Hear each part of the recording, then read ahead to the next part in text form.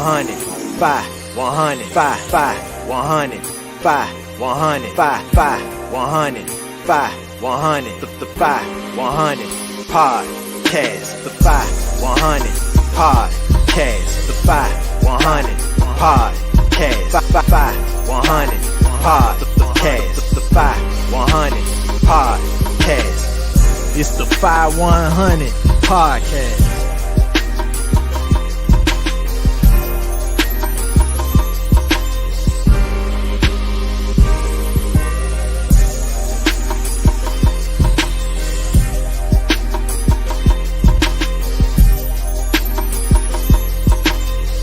It's the 5100 podcast. Y'all must thought it was a game or something. Look crispy, ducks.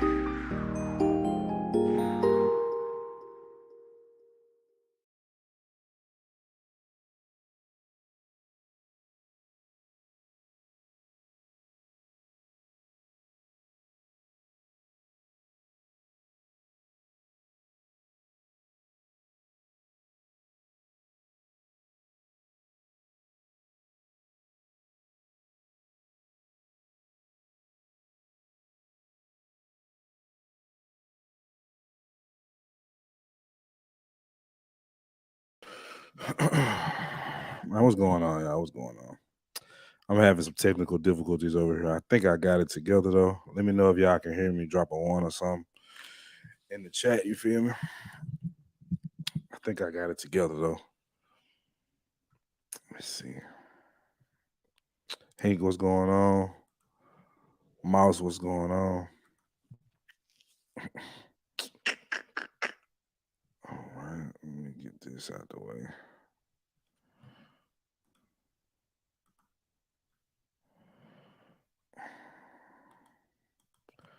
What's up with y'all, man?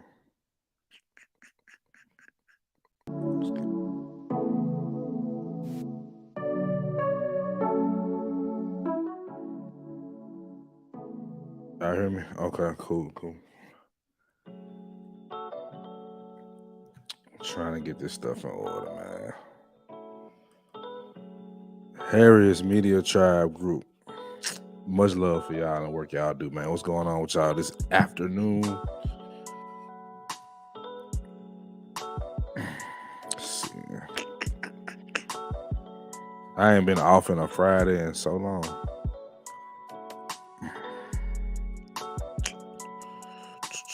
Let's see, everything looking good. Just a second.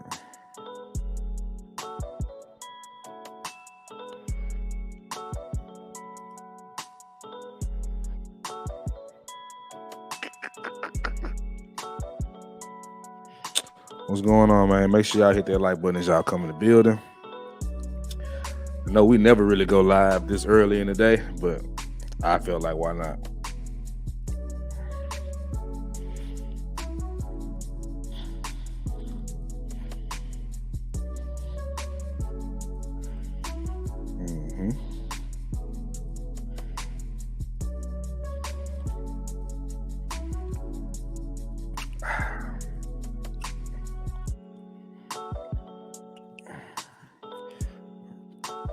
Y'all is not in this joint either. Where y'all going? Y'all know how I get down. Y'all ain't here showing love. I'm out of here. I ain't gonna stay doing the show for motherfuckers ain't gonna watch it.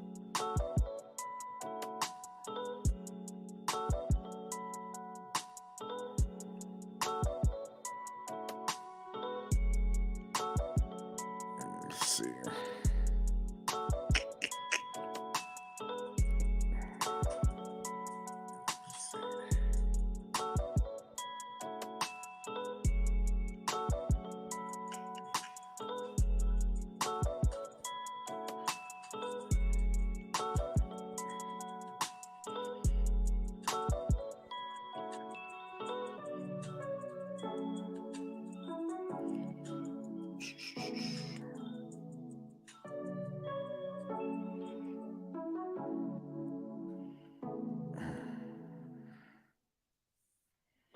All right.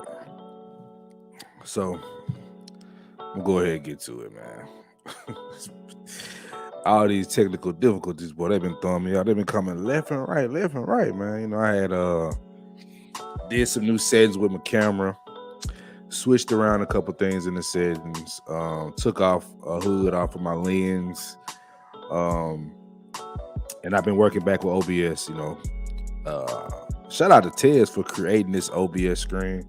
This was a dope one. I really like this, John. So I decided to go mess with it, and you know I haven't done OBS in so long. It seems like, and shit, the settings was so thrown off, man. I was like, all right, let me go and get to the show. But my boy, so I just wanted to come, you know, have a random pop-up chopper. You know how we do on these days, man.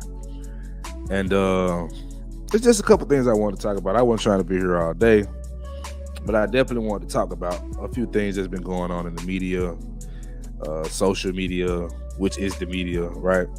Just kind of see what y'all think about that. Charles, my brother from another mother, what's going on, boss? You doing all right? How them babies doing? You know what I'm saying? How the family doing? Let's see. So I've been catching some good content lately, right? I want to show y'all something that I've been thinking about speaking on for a while. And I just said, forget it. I'm just gonna cover a few of these things in a live show. You know, why not, right? So let's do that. Hold on. Really, bro. When I tell y'all everything going wrong on the technical side today, everything is going wrong. I feel like, am I kind of dark? I feel like I'm a little dark. Hold on.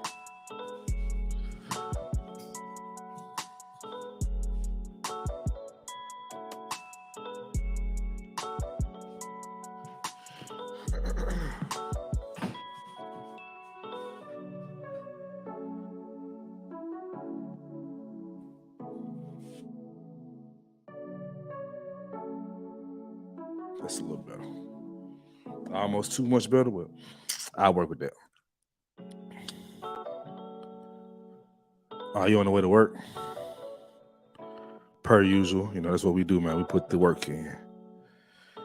You know what I'm saying? Well, you know, you have a good day at work, boss. Don't let them folks piss you off because you know how it be in these streets, you feel me? So, you know what I'm saying? Be safe out there, handle your business, and kiss them babies for me when you get back home. All right. So, let me show y'all some stuff, right? When I tell y'all, I'm telling y'all, everything that could go wrong has gone wrong on the internet side of the game, bro. Like, it's tripping. My mouse tripping. Computer tripping. Like, settings that I've had set for the same setting forever, all of a sudden just not that way no more. What? Come on, bro. What are we doing here? Let's see.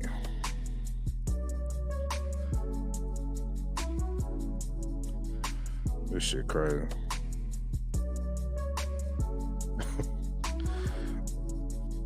The asshole has officially made it in the building. Rejoice, I have arrived. It's such a world-class thing to say, bro. Like, this nigga he's consistent. Gotta give him that.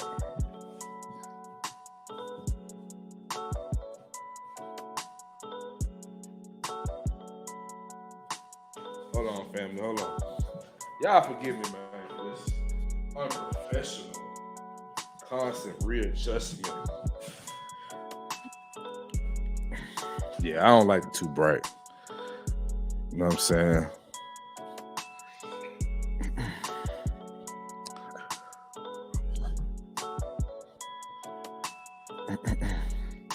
Is the camera coming through crisp? Y'all let me know, man. I be real uptight about how my camera looking, man. I be so serious about my camera, bro. But one of the things I want to talk about today, it comes from a clip that I was commenting on Instagram, and I believe the clip came from We Need to Talk. That is a YouTube channel as well. Another brother does very good content, by the way. And he had a guy on there named Illosophical. Now, if y'all remember correctly, Illosophical was he still is a featured guy on Lil Peep Show. One of the guys that I actually like on there, and I don't like many people on that channel, but I like him because he's real, thorough. He's like a thorough guy. And he was having a conversation that I thought was very interesting. I think it was on the We Need to Talk platform. So I'm trying to log back into my Instagram, y'all. Like, when I tell you everything is going wrong, everything is going wrong. Like, it's really pissing me off.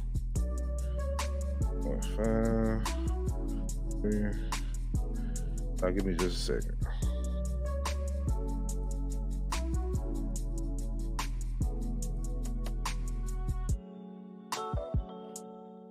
That should be it. Sammy Sam in the building. Hold on, Sammy. Hold on. I got you. I'm going to put you on screen. All right. I'm telling about everything. It's going wrong, bro. This shit annoying as hell. But I'm here. I got it. I have it. So let's get to it.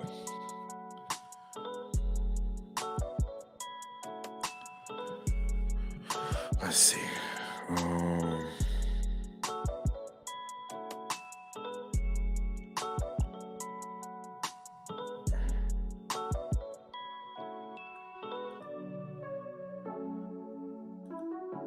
Sammy Sam, thank you for coming through. Appreciate you being here. Mandrell, my brother, what's going on? You might want to holler at Tez. Yeah. Okay, so it's Mr. Harris in the building. What's going on, boss man? How's the family? How's the wifey, the kids? How's everybody doing, brother? Let me know something. I like to know everybody good spirits. And, how you doing, brother? How you doing mentally, physically, spiritually, emotionally? All the brothers, come on in here, talk to me. You know what I'm saying? Let me know how y'all feeling. If you're having a good day in the chat, type 1. Let me know. If you got a good day going on, hit the 1 for me, man. I like to know my people having good days. I'm having a good day, I will say. So far, so good. All right, hold on. Notifications.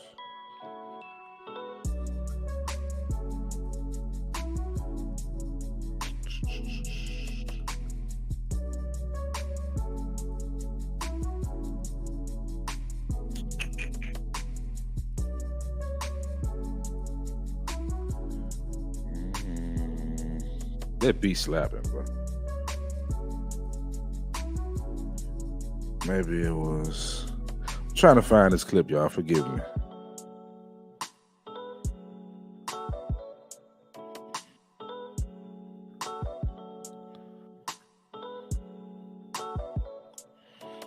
Give me just a second.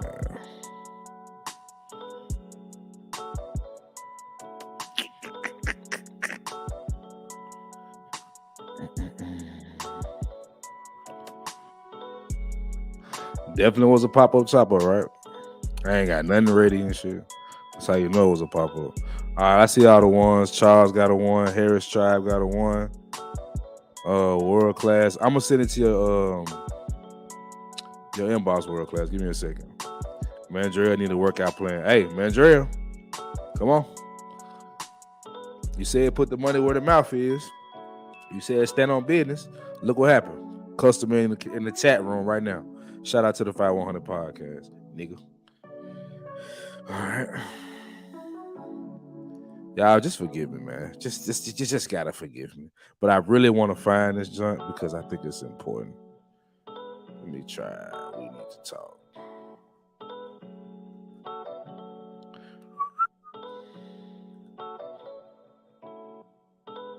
Oh.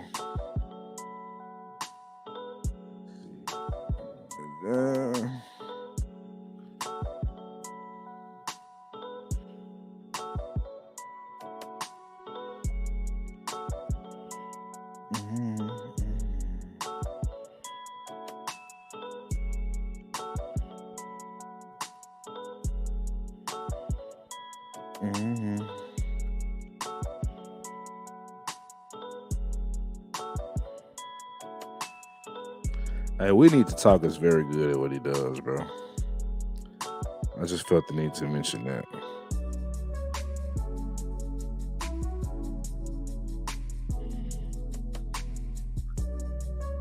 Instagram sometimes is just not interface friendly, bro.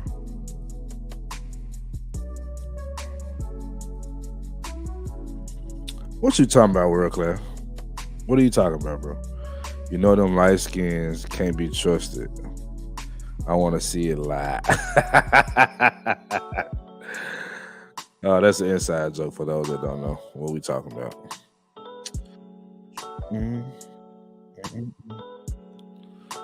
Let's do this. Hold on, y'all. I'm trying to. No.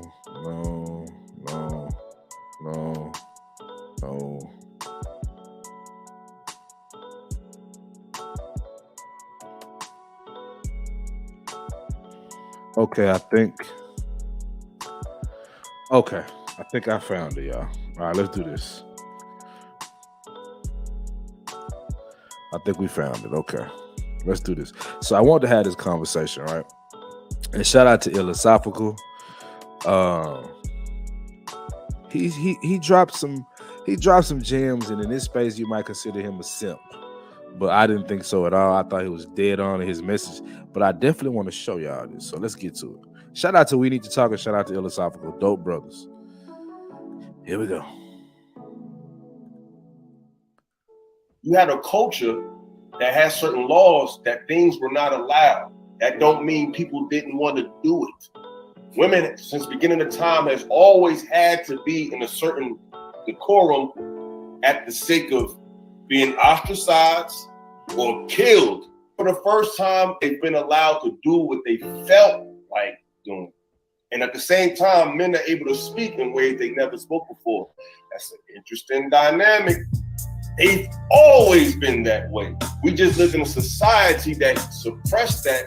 The fact that women are allowed to do this and they're thriving on it is because they've always wanted to. Both sides have to really evolve and look at each other from new eyes. Women are not going back in that bottle that they was in. People be like, "Well, my great grandmother." One more time. You had a culture that has certain laws that things were not allowed. That don't mean people didn't want to do it. Women, since beginning of time, has always had to be in a certain decorum, realistic vibes. at What's the up, sake man? of How you doing? being ostracized or killed. For the first time, they've been allowed to do what they felt like doing. And at the same time, men are able to speak in ways they never spoke before. That's an interesting dynamic. They've always been that way. We just live in a society that suppressed that. The fact that women are allowed to do this and they're thriving on it is because they've always wanted to. Both sides have to really evolve and look at each other from new eyes. Women are not going back. Okay, so I like having the beat, man. Me and Ted's a little different in that regard. I'm still a rapper at heart. I gotta have the beat in the background. Okay, so I want y'all to check out this. I said right, what I said right. So, can y'all see that well? Yeah, okay. So I left a comment. I said, this is true. We don't understand women for who they really want to be. The fact still stands, though, that this new shit ain't working. Right? And honestly, that's what I believe. Paying attention to what's going on in today's society, would you say that what's going on with men and women is working? I would say no. And I wanted to have this conversation in specific because let's think about it like this. He said that women have always wanted to be this. They were persecuted, sometimes deleted. Now, I think deleted is a little far of a stretch, but women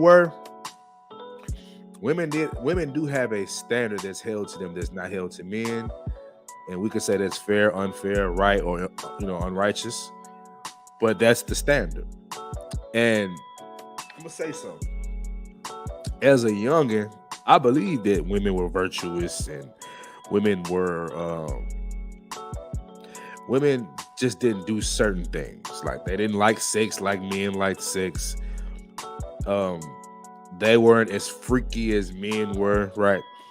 Then when I started to just stop worrying about what they do and start doing me, I started to realize how freaky women were when I started having sex, right?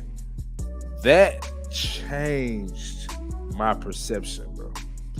It changed it because I remember I was dealing with this young lady. Hold on, before I do that, let me get to my boy.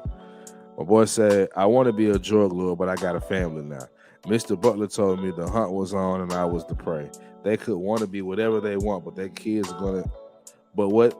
gonna be if it's still about her. I'm with you. Give me a second. I'm gonna bring it home. So I was young. I was like 16, bro. And this is where, everybody wants sex or talks about sex or it's at least somewhat understood that everybody wants sex, right? And I was young, and I had a couple pieces of poontang pie, you feel me? But I wasn't just like slaying, you know what I'm saying? I knew what I was doing, but I didn't know what I was doing, if you get what I'm saying. And it was this young lady. I was infatuated with her, right? I told this story on the podcast before. By the way, make sure y'all add the podcast, man. And I mean, when I say the podcast, I actually mean the podcast, right? We have a podcast on all streaming platforms and all audio platforms. So if you use Spotify, Apple, Stitcher, Google Play, we are all on that. You can go get our long form content. It's audio, but good stuff, man. We've gotten bigger in the podcast space by itself, like not YouTube, but just the podcast space. I think last week we had 250 downloads, so we're rising up the ranks. We used to get that a month. Now we're getting that. We're definitely getting like 150 regularly a week, but now we hit a new top. We got 250 in 1 week, so we're definitely rising. But back to the story. So this young lady was beautiful, tall, long legs, nice little, you know what I'm saying? You feel me? You know what I'm saying? Nice. She looked like she was damn near from the motherland for sure. Like she had those strong, distinct features like she from the motherland, right? I was obsessed with her. And I would see guys like try to talk to her. And they were nice as hell. Let me just say it. They were just nice as hell. At this point in life, I really wasn't trying to be nice. Like, I'm trying to get in, you know what I'm saying? Testosterone levels rising, puberty really kicking in. So I got to this point where I was just like, I'm just gonna go for what I know. So I was flirting with her, talking sexual to her, all that good stuff. And I used to think that would run women off, but she was all for it. I never forget, it was in class one day. She was sitting behind me, right? So I grabbed her calf muscle and shit, right? She ain't stopped me. So I went up high to the thigh. She ain't stopped me. So me, being me, I went to the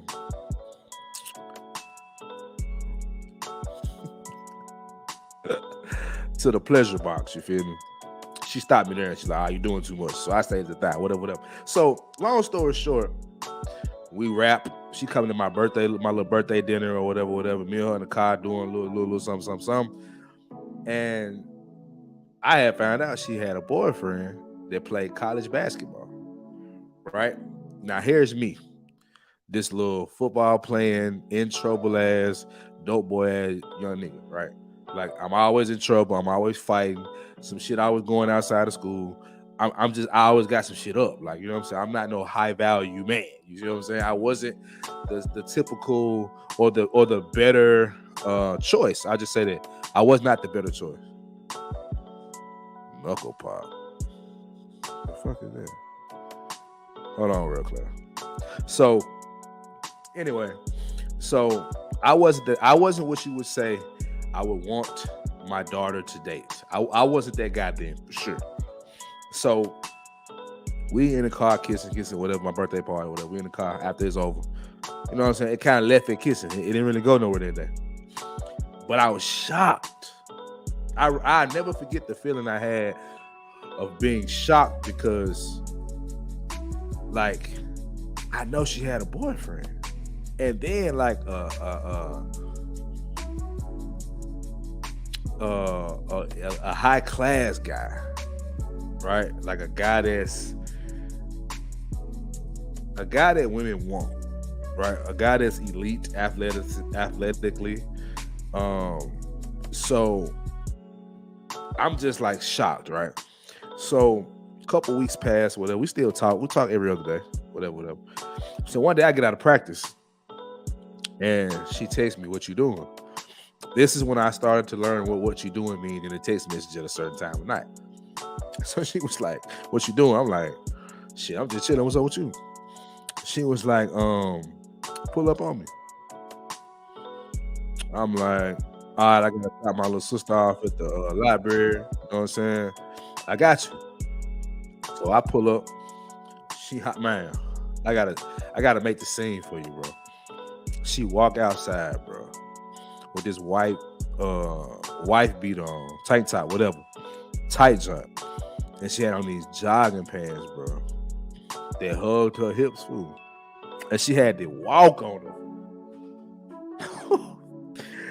The walk she had on her, bro, was like you would get lost just looking at her, bro. So, hey, facts, world class, facts, right? My guy, I love the participation, man. Y'all know what's going on. We've been here before, right? So she walking to the car, you know what I'm saying? Hopped in my little Honda, you feel what I'm saying? It was actually my mama car, but you know how it go. I was only 17, so we pull off. So I know about that little spot that I didn't got it. I didn't, you know what I'm saying, did a little something in before. It's behind this middle school on the back road. So like nobody goes to this back road.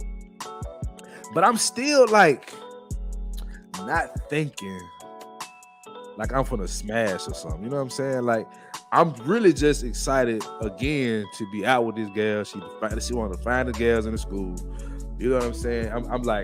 I'm just green as a pool table, bro. I'm green as poison ivy, man. So we pulled to the back of the school, whatever. So I smoked back then, so I roll up me a little, you see what I'm saying? A little situation, you feel me? Fire my joint up, you know what I'm saying? So she don't smoke, so I'm just hitting my joint. We just chopping it up, right? So she was like, what you been up to, da da da da. I just be like, I've been chilling, you feel me? Doing my thing. So I look at it, I'm like, damn, like, you know how when a woman got a body, right? And they sit down and like the thigh meat connected to the ab meat and just the whole thigh, like, and everything just pushed up because she's sitting down. I was looking at that. And I'm like, damn. So I'm just, she's like, what you looking at? I said, bro, you sexy as a motherfucker. So she kind of like blushing and shit. So I reach over there, just rubbing on the thigh, bro.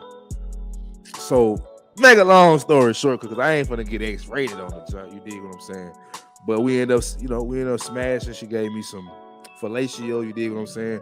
It was so live, man. We got outside the car, got on the bleachers, and you know what I'm saying? I was going Hamilton. Like, nigga, I'm talking about, bro. And I remember when we got back in the car, right? She like started like sort of crying. And I'm like, man, what's wrong with you? And she doing this. I'm like, what's wrong, man? I try to pull her hand down. She, you know what I'm saying? She like, I can't believe I cheated on him. And I'm like, I mean, you know what I'm saying? Like, what am I supposed to do? I know that's your boyfriend, but maybe he don't understand that. What woman, sir?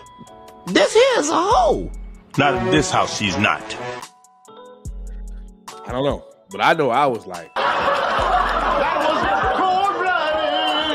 cold-blooded. My boy, I can't explain this to you enough, how that shaped my mind and development when it came to dealing with girls. But I was still so young, so I didn't understand it. Right? So to Ilosopical's point, right? To Ilosopical's point, women want to do these things. There were girls, I don't know what y'all call it where y'all from, but where I'm from, we call it tossing. And what tossing mean is a girl gets smashed or she give head to multiple guys or both, whatever. And we think that for the most part, girls don't want to do that. Girls have fantasies about that. Women have fantasies about that. And I think to Ilosopical's point, we got to start being honest about it.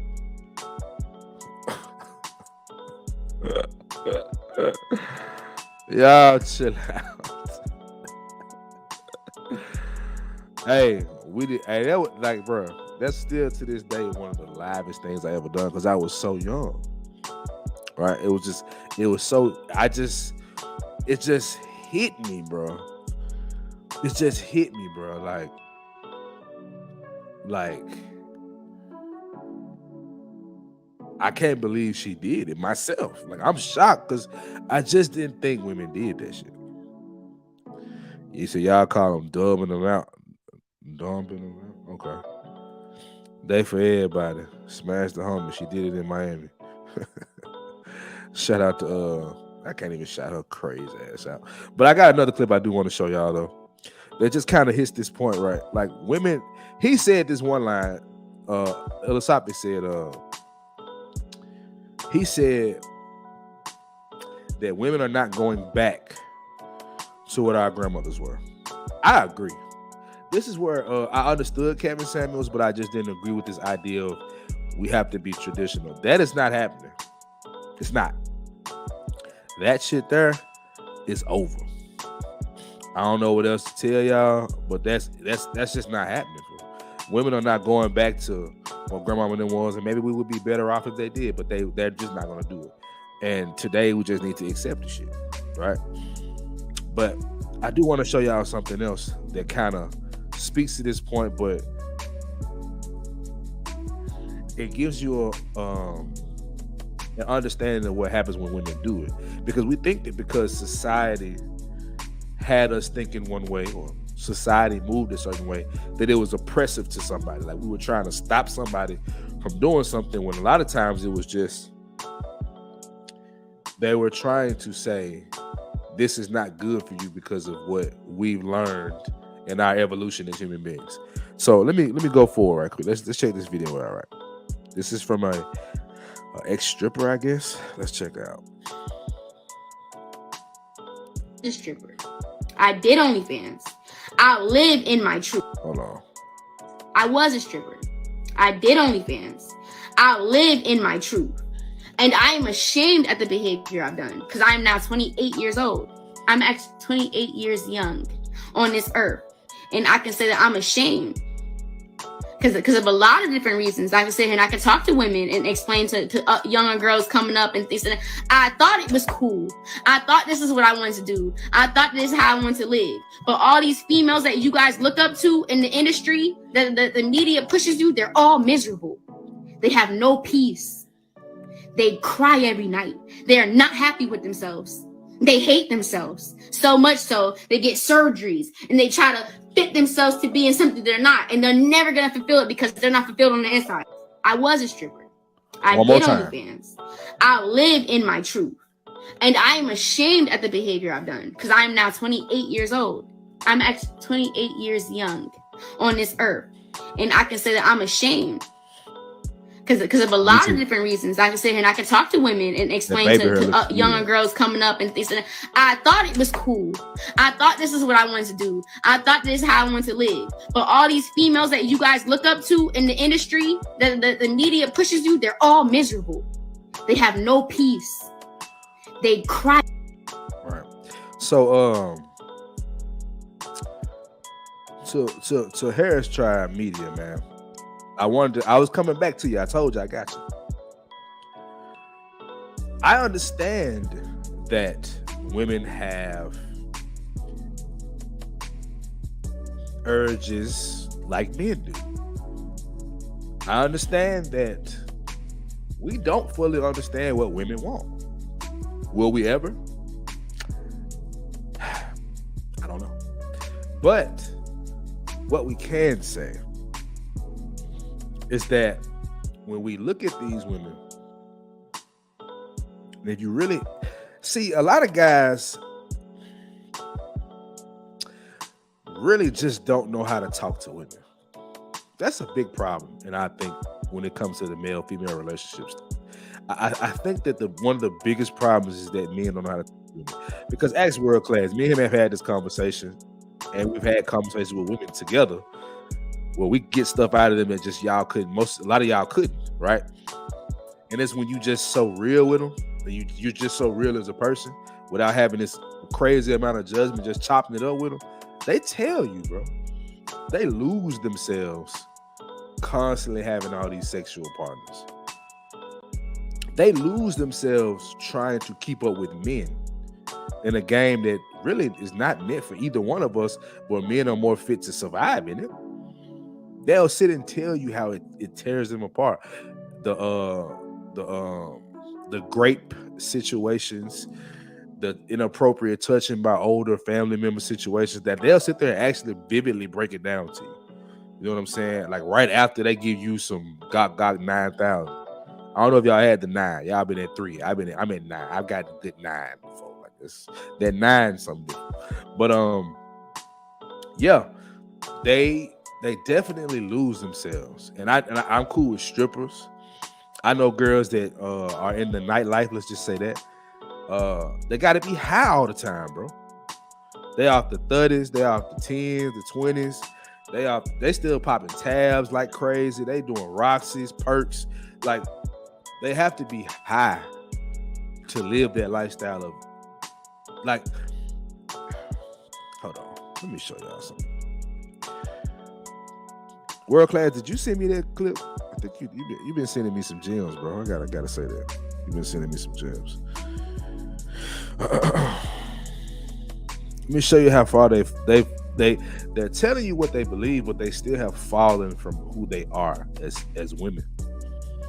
There is just because you have a itch, just because you have a need as far as your flesh, it does not mean that you give into it. It does not mean that you dive into it. Like sin, okay, I got you. We sin, we make mistakes. That is one thing. But to continuously do it, it's a consequence for it. Women don't understand that it's a consequence for a lifestyle. You got to be okay with that if you're going to do it. That's what it comes down to. Me and Tez know a young girl that we met being out and active, like we tell y'all niggas to do. Get away from your computer screen for a second and get outside, right? We get outside. We meet this. This young. She was about 20. Is she 24? Bad. Matter of fact, World Class. I think I showed you her Instagram back in the day, bro. When we first started linking up. She had like some. Anyway, so bad, thick as a bull, bad, bro, but young, and she popping it right now. She popping her shit, but what she doesn't understand about popping it, showing all what she shows, doing what she does, being involved with what I know she's involved with, even though I don't know her, I just know how the game go. She don't understand it's a price to pay for living that way. Whatever lifestyle you choose is a price to pay. If you choose to be a gangster, the lifestyle is you might get shot, you might get jumped, you might go to prison, you might go to jail, you might be in and out of jail. You might not go to jail for 10-year stretch, but you might do 1, 2, 3, 4 here, there. You know what I'm saying? You're gonna have some scars in that game. If you're a preacher, you take the life of being a Christian super seriously and being a preacher super seriously, you miss out on those women that want to give it to you. You miss out on Sundays where you could get double time at another job. When we make choices, we have to live with what comes with it. That's just how it goes. There's no way around it.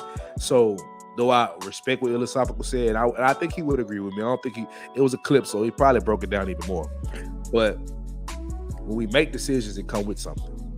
Like World Class said, the bill comes due eventually. No way around it. There's no avoiding it. But let me show y'all something else, right? Just see.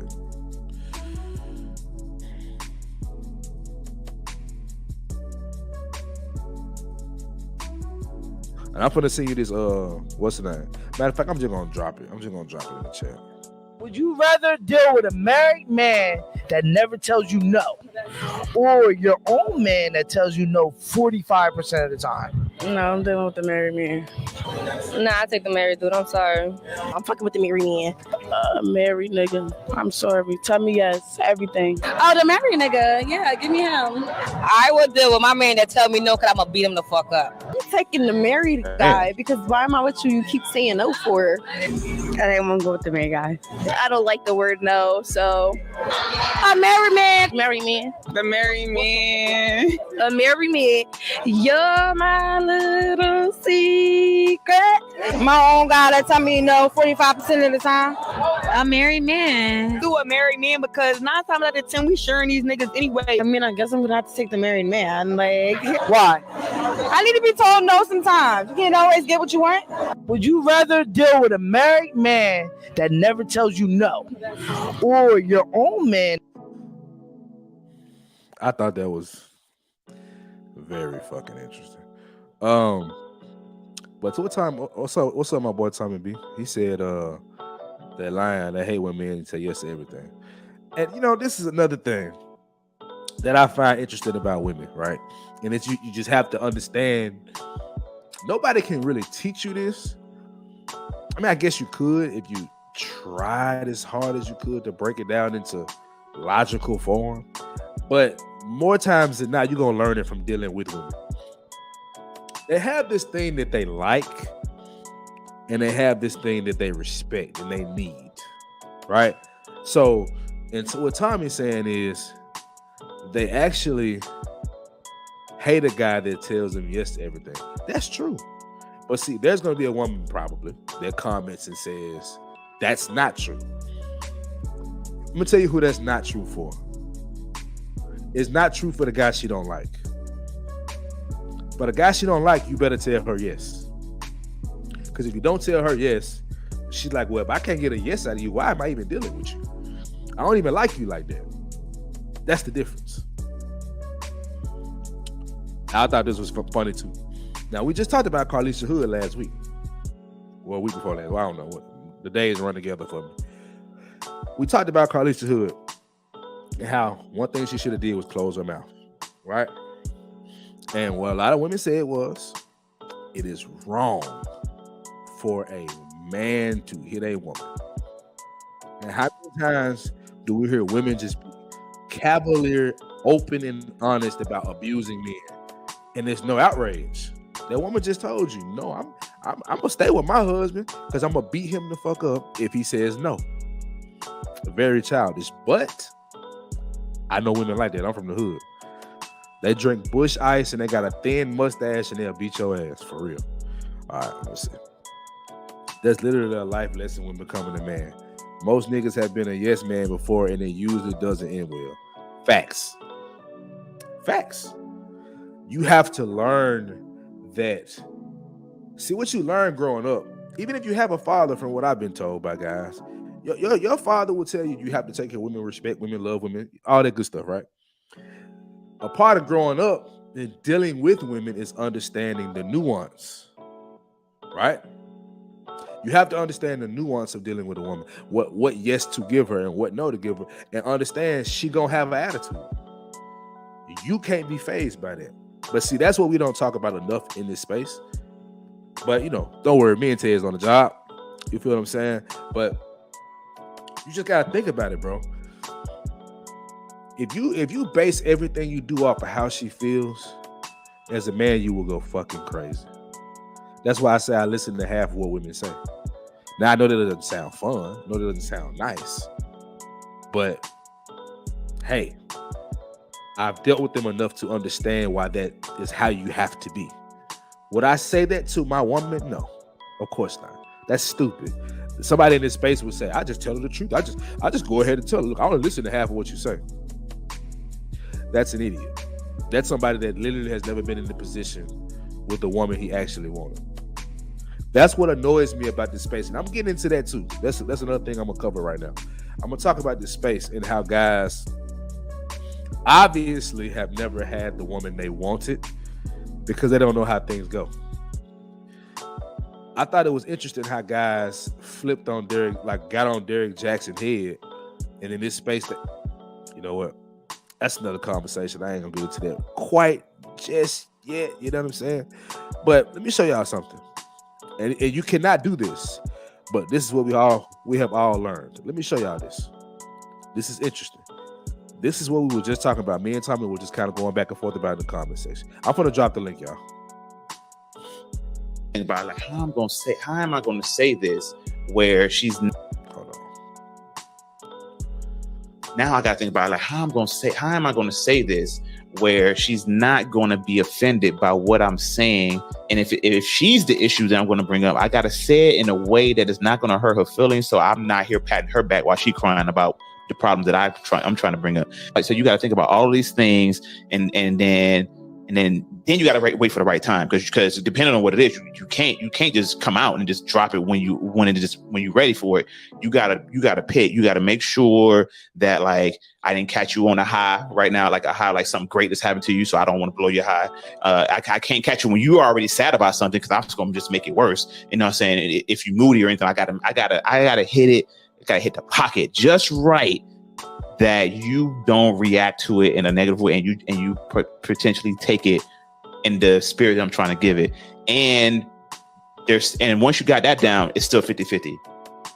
Now I gotta think about, like, how am I gonna say this where she's not gonna be offended by what I'm saying? And if she's the issue that I'm gonna bring up, I gotta say it in a way that is not gonna hurt her feelings. So I'm not here patting her back while she's crying about the problem that I'm trying to bring up. Like, so you got to think about all of these things, and then you got to wait for the right time, because depending on what it is, you can't just come out and just drop it when you're ready for it.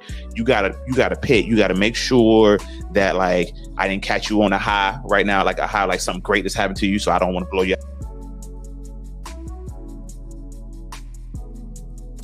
All right, so you heard what he said. Hold on, y'all. Hold on.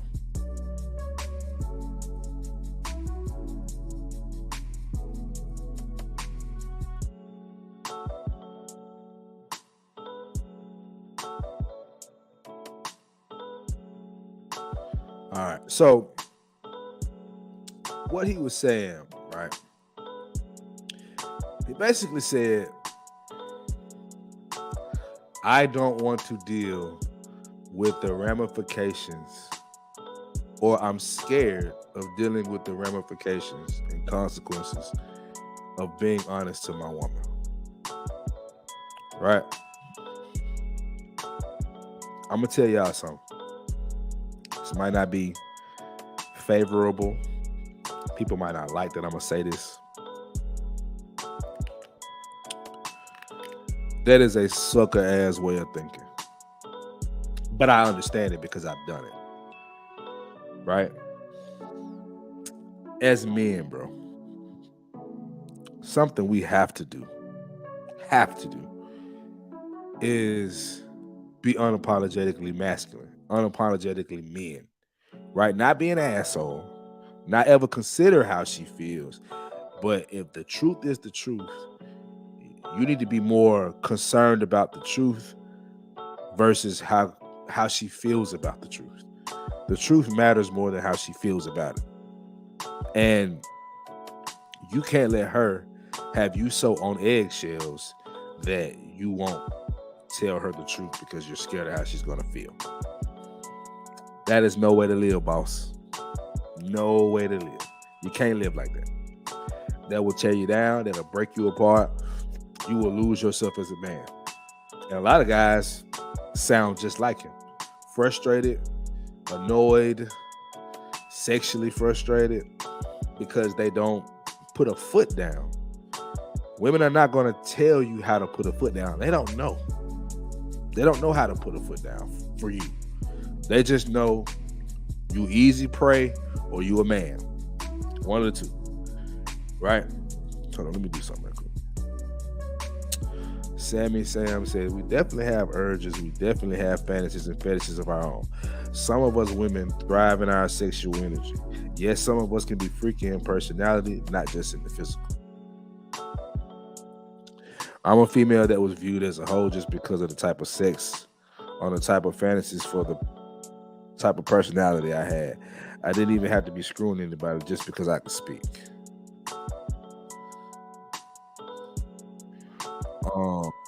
From past experiences with talk to give advice, I automatically had the persona of being the hoe. Even if technically I was just the hoe for my man and wasn't worried about anybody else. I mean, yeah, that is something that women have had to deal with that men necessarily don't. We don't get the stigma of hoe don't stick to us. Not dog does, but that's another story for another day. I can understand that. I can definitely understand it. But being that a woman has a sexual nature, it's still not in her benefit to be that sexual with everybody she deals with. It never works out for ladies. Never has, never will. One person's feelings is not more important than reality. We all live here. That's the reality. You know what I'm saying? That's why I played that clip, because I wanted to highlight, though the brother had a point in what he said about being in a space where you got to walk on eggshells telling your woman the truth. And you got to think about how she feels. And if I don't say it at this time, well, she just had an accomplishment. I don't want to. I've definitely done that. I still do to an extent. Like, let's say if I'm dealing with a lady, right? And she just went out of town for a trip. She with her family. And I got an issue with some shit she did. I ain't going to say it then. I'm going to let her have her fun. When she get back, we're going to address it, though, for sure. But that's a different thing versus I'm scared to ever say it because of how she's going to react. I don't give a fuck. At the end of the day, if the truth is the truth, now I can package it a certain way. I don't have to be an asshole about it, but I got to be real about it. And if with some women, you will always be an asshole. You probably don't want to be with that woman because she can't handle the truth. That's what she's really saying when she calls you an asshole. I've dealt with that woman before. She's cut off now. I don't do that no more. But guys cannot be scared to tell the truth. God cannot, because think about how that gets worse, right? If you're scared to have a conversation with a woman, right, about the truth, when y'all are married and have kids and you got to tell her the truth about something that she's doing with your child, how's your child going to depend on you to stand up for them if you're scared of mama? See, that's another thing we don't talk about, is the two-parent home where the man is a bitch, where the man is a pushover. We don't talk about that. We don't talk about that, right? You got to be a man. You got to be a man first. There's no way around it, bro. There's no way around it. Let's see. She says, Sammy says, and this is a woman, by the way, y'all. Sammy says, my trauma and past has definitely caused me to lose myself along the way. I say this all the time. And when I say this to women, they just, you don't know what you talk about. You're not a woman. Look, bro. I know what the fuck I'm talking about. I've dealt with enough women to know what the fuck I'm talking about. I've dealt with women, I don't know about y'all, but some of us got these links that we got with women or whatever you do. And we connect with them through the years. Like, they still do that thing. They get in relationships. But every once in a while, when y'all both single, y'all link up, get active. You see what I'm saying? I've seen how they've changed from having more and more partners and going through more and more trauma or causing more and more trauma. And one thing we don't also talk about is trauma we cause on ourselves because of how we've done somebody. People don't want to talk about that shit. That's because, you know why? That's accountability. Like, you have to really look in the mirror and understand yourself. I've done some fuck shit in my time that I've lost good people in my life because I did dirt. I gotta own that. But people don't want to say that. That's, oh no. Let's go to a clip that was sent to me. Let's see. Hold on. Matter of fact, I want to show y'all something though. And I'm gonna show y'all how this trauma can manifest itself. I'm gonna show y'all how this trauma can turn into different things, right? Cause we have something. Me and Ted's actually covered this before. We covered this subject called choice moms. But I'm gonna show you something. I'm gonna show y'all something. Give me just a momento. Uno momento. Let's see. Fat 100 podcast. There we go. We'll go here.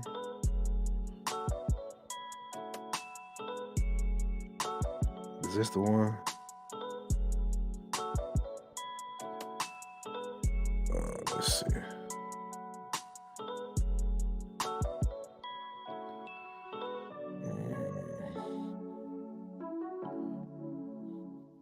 Give me just a second. All right, I found it. Let me send it to myself.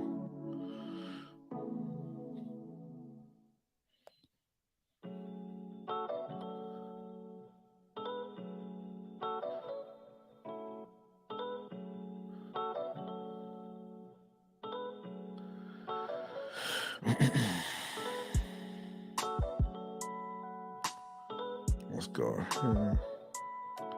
All right. I want to show y'all something, bro.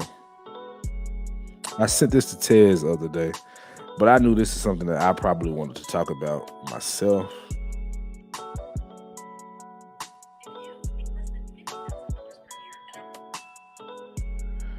All right, so y'all know about this lady, Ebony K. Williams. She went viral for having a conversation with Iyanla Vanzant, and she was like, you know, she wouldn't date a bus driver. She would only date a guy if he owns the bus. I didn't have a problem with that. Some guys were outraged about it. Not me personally. I understood it. Philosophical, bro. What's up, my guy? I just had a conversation about the clip that me and you had a conversation on a while back about, you know, the truth of what women really want and they've never been able to express, right? And Sammy kind of left some stuff in the conversation that you can kind of look at too, man. When she kind of broke it down, and even then with the, you know, the consequences and repercussions of even living a lifestyle. I was saying, like, either way it goes, you have to understand if you choose a path, though you have the freedom to choose it doesn't remove the consequences. I think some people get that mixed up. I know you don't, but just get it out there. And peace to you too, bro. Thank you for coming through. So I want to show y'all this video, right? Let's see. Send it to myself. Messages. All right. Ebony K. Williams, though, but she was talking about how, you know, she'll only date the guy that owns the bus. I didn't have a problem with her saying that. I don't understand the outrage. I really don't.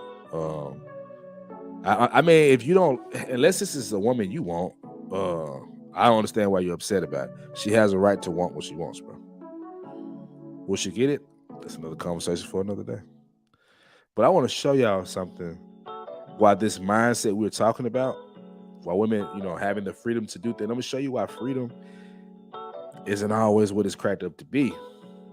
You know, not having a social, you know, and not having a social expectation or a social standard or a social limitation placed on you.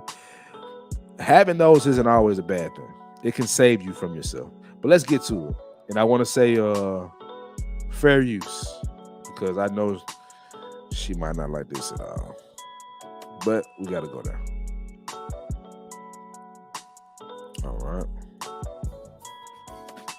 Black women are availing ourselves to all of the options that are hard work. Oh, my bad. Hold on.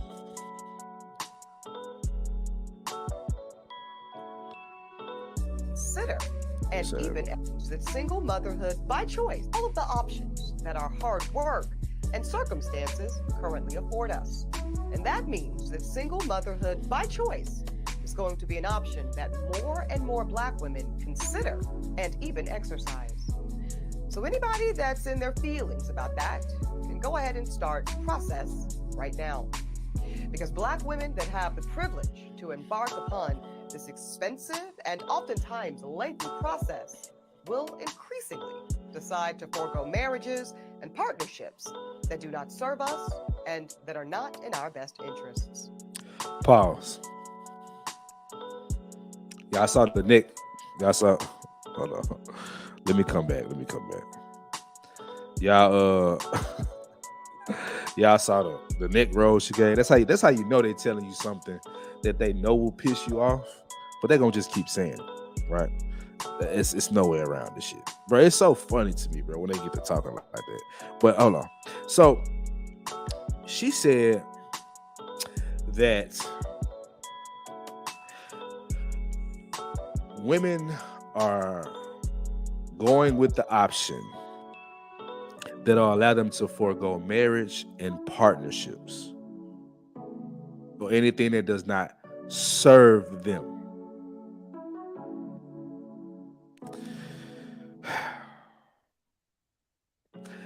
What I be telling people, because I see this all the time, what I be telling people that a lot of these single mothers choose to be single mothers, whether they're doing in vitro or not, they're choosing these lifestyles.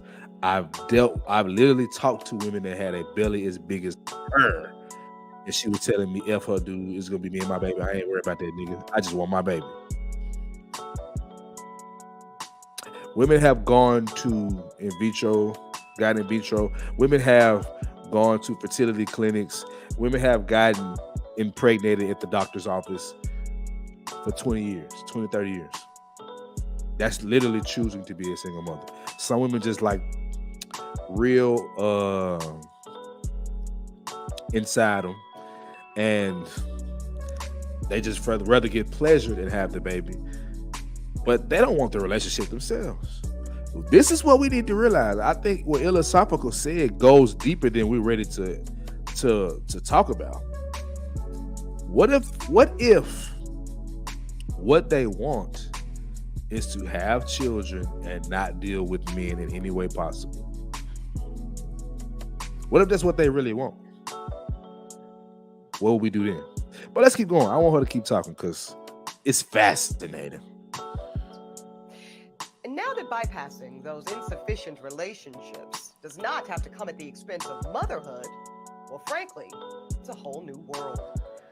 Insufficient relationships will not have to come at the expense of motherhood. Do y'all realize what that means? Do y'all realize what that means? What she's actually saying to us. Words matter, bro. What she's saying is that I'm going to go past what is ordained by God for us to have children. I don't want to have to deal with you. I don't care about what my child needs from the man or you. I'm just going to do what I want to do, and I still want children. I, me.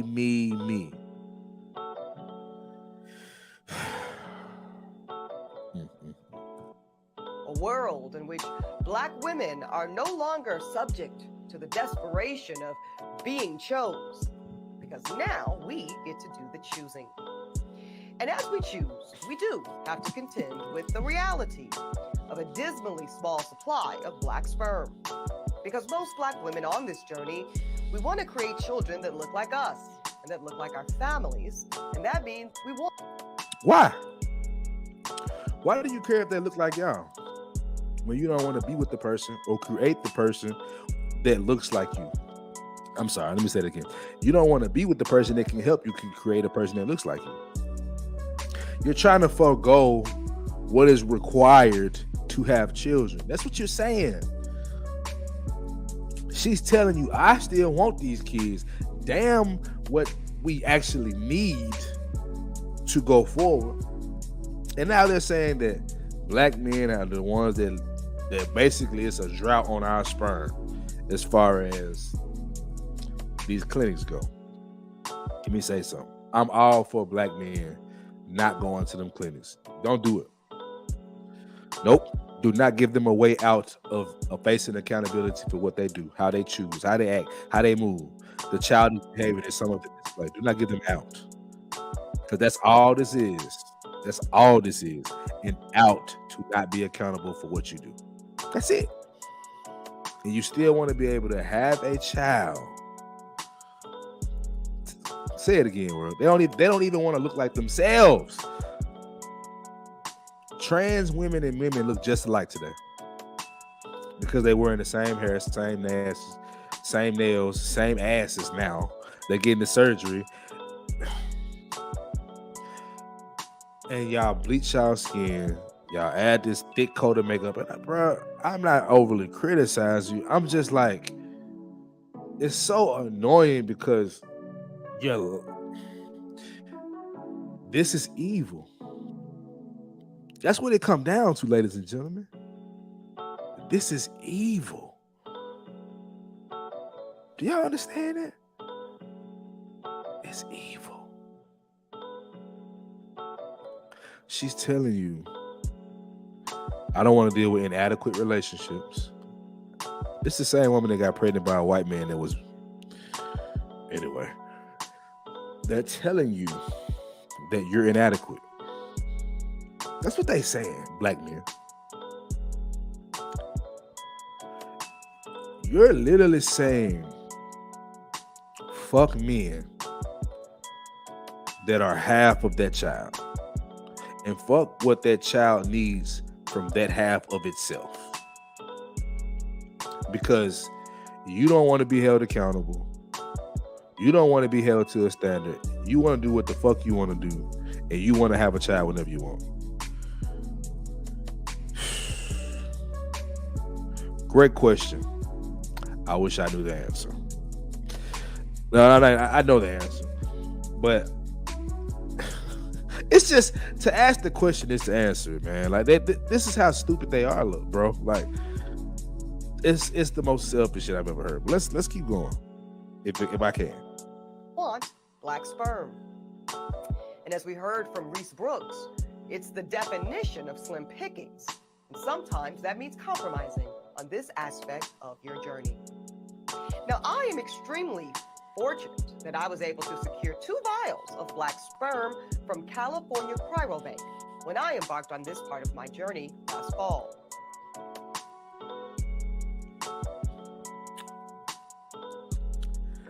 Did you hear her? Does this sound like eugenics or what? I don't think y'all heard her. Secure 2 vials of that means compromising on this aspect of your journey. Now, I am extremely... First of all, you know what that means? Be okay with getting that white nut too, so you can have these white men's babies. Bruh, they just keep walking into the trap of white supremacy and complaining about it as if they want something to be changed about it. Y'all benefit from it. That's why you do it. Is this every woman? This is the majority? I wouldn't know. I don't know. 1 is too many. This is insane, bro. Fortunate that I was able to secure 2 vials of black sperm from... Secure 2 vials of your journey. Now, I am extremely fortunate that I was able to... Now, I am extremely fortunate that I was able to secure 2 vials of black sperm. Now, I am extremely fortunate that I was able to secure 2 vials of black sperm.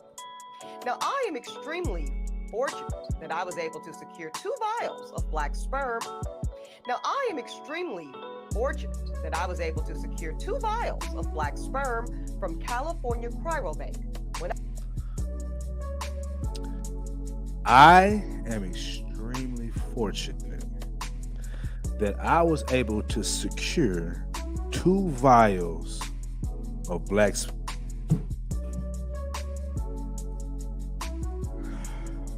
What world class be saying? You cannot make this bullshit. You cannot make this bullshit satanic shit the fuck up. You can't. You can't make this up, boss. Hey, look, man. Y'all hit the like button. Somebody send a super chat or a cash app or something. What I need to be paid for what I have to deal with right now. This is insane. I gotta keep playing it, bro. I might have to make this a clip. Now, I am extremely fortunate that I was able to secure 2 vials of black sperm from California Cryobank when I...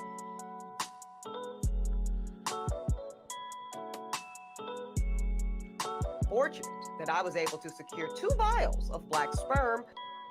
Now, I am extremely fortunate that I was able to secure 2 vials of black sperm from California Cryobank when I embarked on this part of my journey last fall.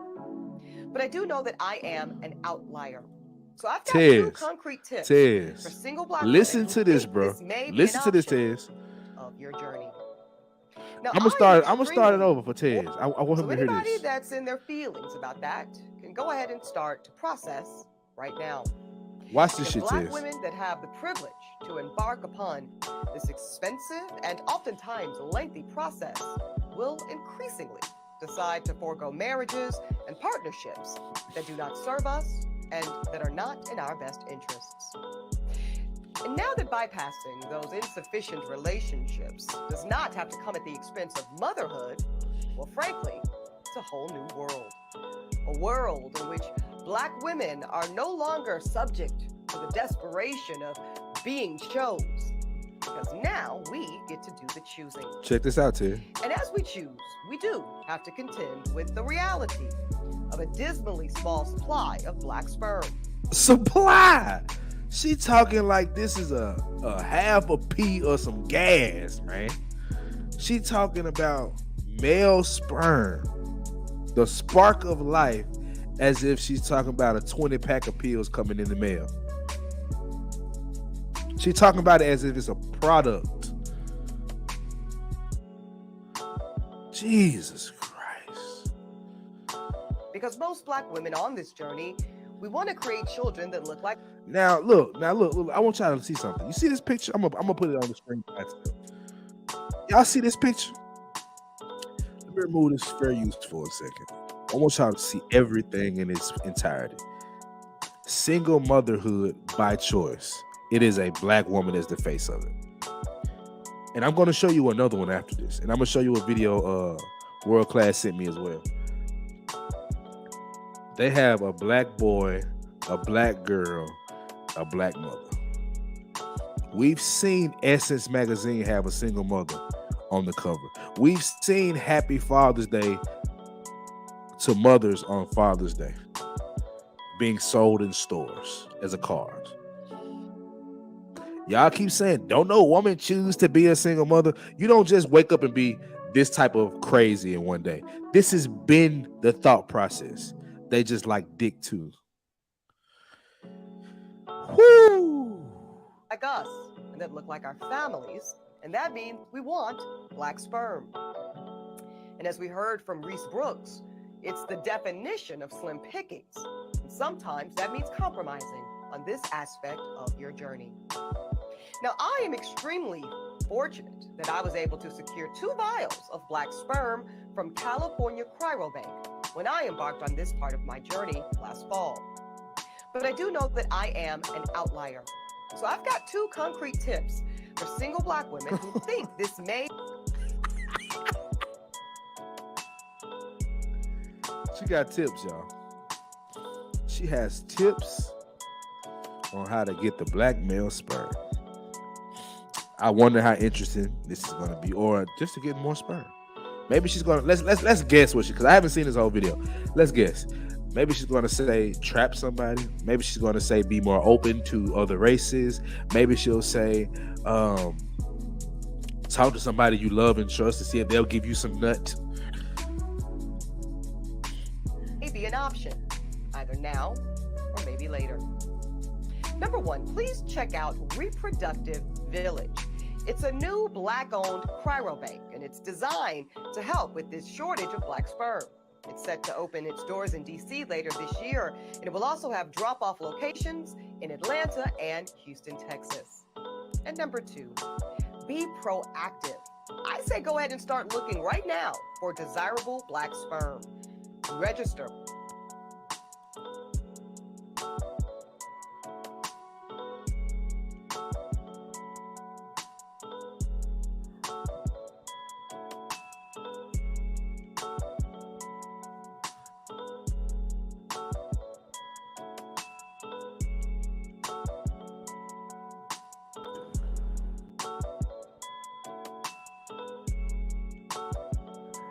Even though I don't fuck with this nigga, he was right.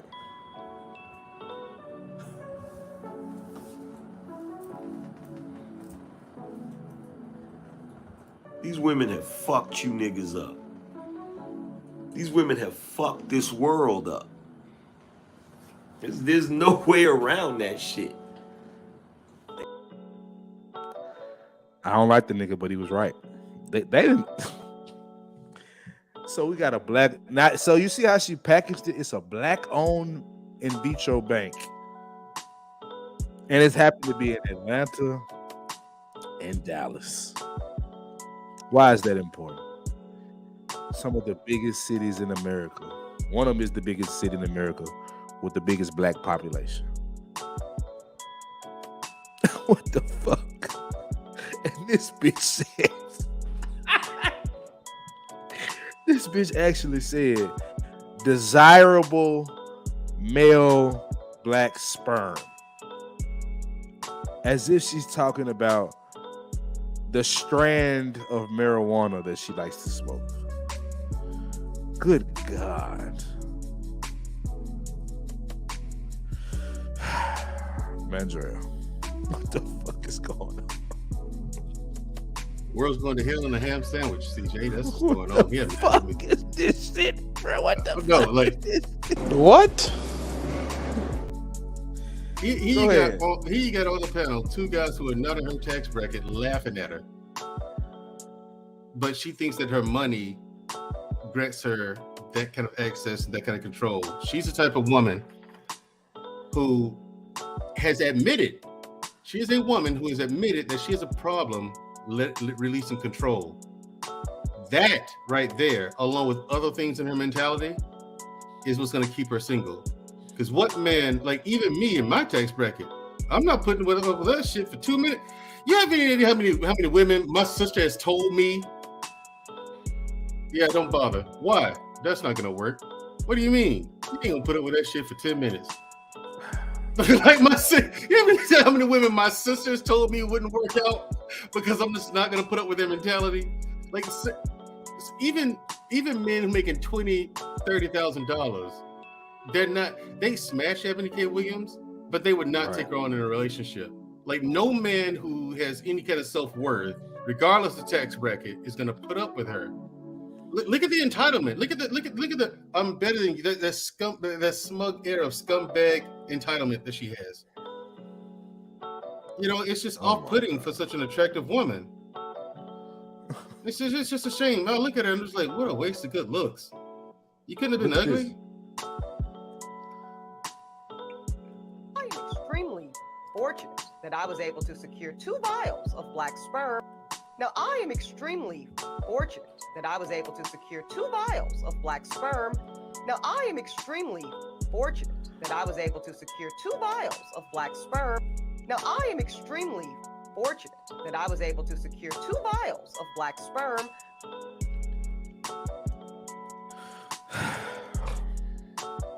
Two vials. 2 vials.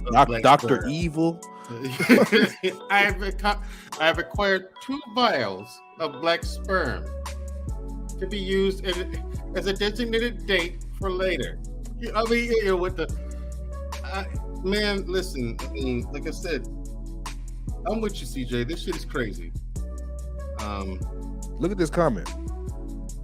What's the comment say? Oh, it'll actually be good too. It'll actually be good too.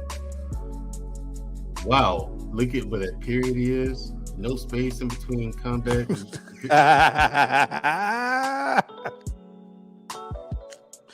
What's your thoughts on what she's saying? It'd be good to combat the poverty. Okay, there's no need for you to have a period there, man. Okay, combat the poverty-stricken black offspring. It's not cheap, and generally, these kids will be superior. What do you mean by genetically these kids will be superior? No, you don't know that. Genetics is a roll of the dice, man. I mean, yeah, if you got 2, what do you say? Man said half a pea of that gas.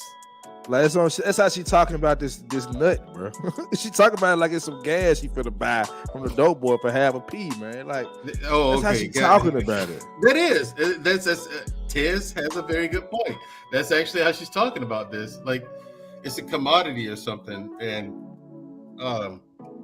no, it won't. To answer Born This Way, respond to her comment.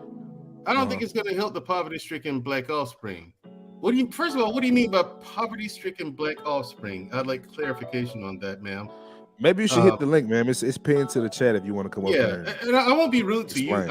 I just have like a question or two. That's all. I mean, it's just a conversation. And I'm not the type that's gonna scream and yell at you and call you dumb and all that nonsense. No. If you are, and if you are dumb, I'm just gonna let you do that yourself. I mean, I don't really have to say anything. But I'm not calling you that. But I really would like clarification on that. Poverty-stricken black offspring. I don't think black offspring, by and large, are poverty-stricken these days, CJ. These days. You know, now if you're talking about when I was growing up, and maybe as far as when you and Tez were coming up, because I think you guys are right behind me a little bit. It wasn't really. We didn't have any money. But we wasn't dirt poor at the same time. Right. You know what I'm saying? Like that's a small percentage of people. Right. Like, we didn't have nothing now. Don't get it wrong, twisted people. I don't come from money. I was taught how to go get it because my parents, as they were learning, they started teaching us, my sister and I. You know, so what they learned, they set us down and talked to us about about what's a 401k. We had never heard of that ever. Like, we were too young. Right. You know what I'm saying? And hold on, real quick. Yeah. Real quick. Hold on. It's not that what she's saying, I get it. Like physically, mentally, you could definitely make arguments that if you pair the certain people, that child would be better off athletically, academically, whatever you want to say, right? However, what people tend to do is conflate these things, bro. As if this is just an ultimate way of having better children, a better society. And it's not. It's just not. If that was the case, that would be the standard for everybody. It is not. When you do this, you're opening the door to basically government controlling everything. That's because that'll be the next phase of it. You don't know who the daddy is. You don't know what that's coming from that person, even if they have, because they have to fill out certain paperwork, and I get it. But people lie on shit all the time. You know how many applications I lied on? Shit, and got the job. Like, it is what it is. But we have to stop. We have to stop conflating things, bro. Yes, you can be true about one thing, and another aspect you're wrong. At the end of the day, the best way for a child to be raised is with a mother and father that love them and will do for them.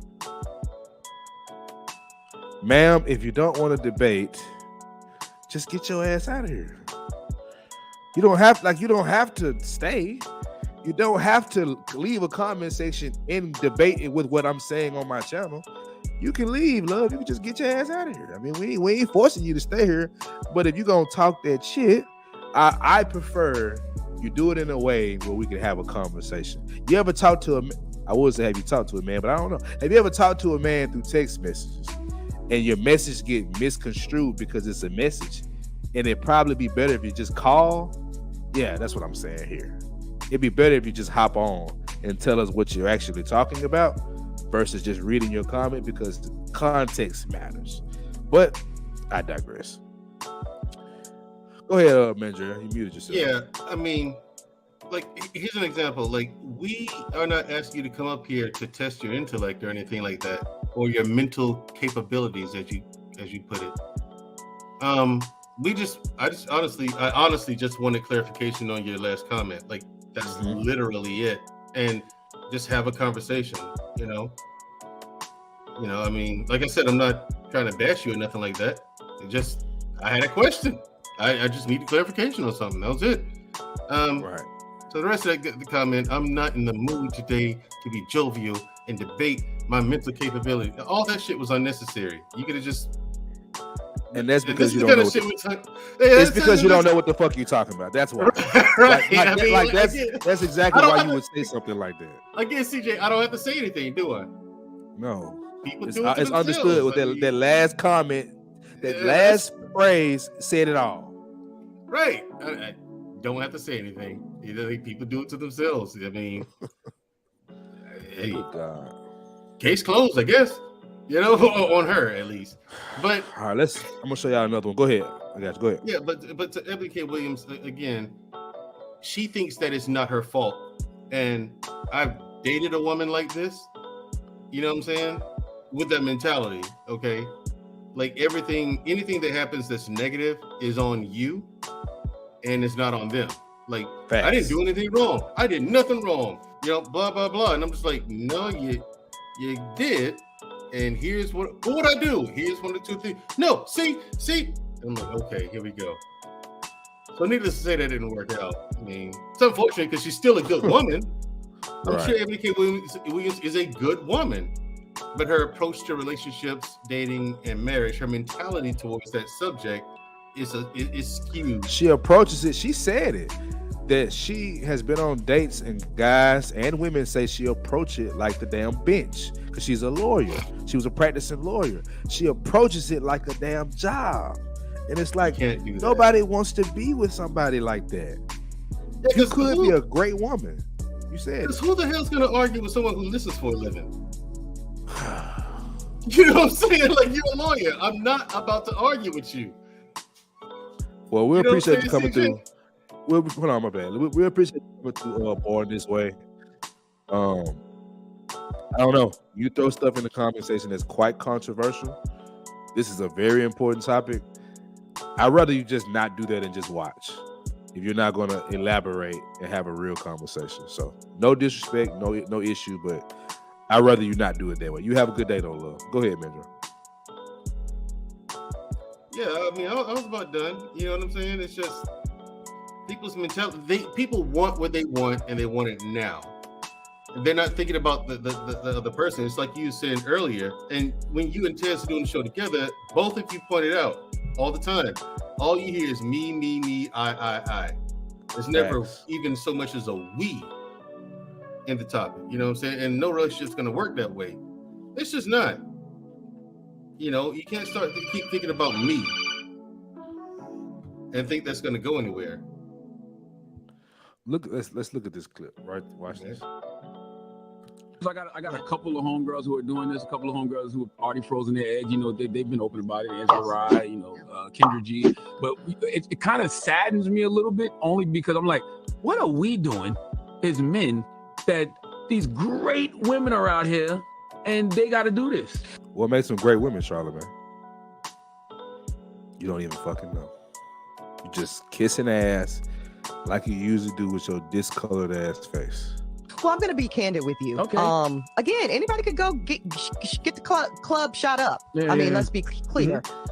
I'm really not. If you're not the love of my life and also somebody. Peep the shirt that she has on. I trust to make business decisions with. I'm really not trying to co-parent with you. There's certain things, y'all, at this point in my life, at almost 40, I'm really not trying to negotiate with you about getting my child immunized. I'm really not trying to negotiate with you about what I do with my child. For those that didn't hear that, let me try to run it back. Man, I'm looking all for this. I got a couple of homegirls who are doing this. A couple of homegirls who have already frozen their eggs. You know, they've been open about it. Angela Rye, you know, Kendra G. But it kind of saddens me a little bit, only because I'm like, what are we doing as men that these great women are out here and they got to do this? Well, I'm going to be candid with you. Okay. Again, anybody could go get the club shot up. I mean, let's be clear. I'm really not. If you're not the love of my life, the love of my life. You've already met him, ma'am. He's gone. Those don't come around twice. And also somebody I trust to make business decisions with. I'm really not trying to co-parent with you. There's certain things, y'all, at this point in my life, at almost 40, I'm really not trying to negotiate with you about getting my child immunized. It's non-negotiable. I'm not playing with you when it comes to my kids' education. There's certain, you know what I mean? I know that might not sit well with everybody. That's not so politically correct, but I think I'd rather go it alone. Okay, let me bring up my guy World.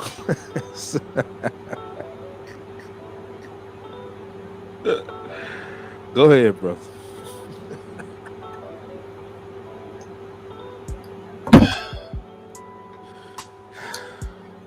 First off, appreciate you having me up. Shout out to Tez, shout out to the 5100 podcast crew. Peace to the chat. Peace to the few humans that exist in these United States. We are seeing the fulfillment of transhumanism. The same way it happened the first time. Via the mouth of the light-skinned bitch.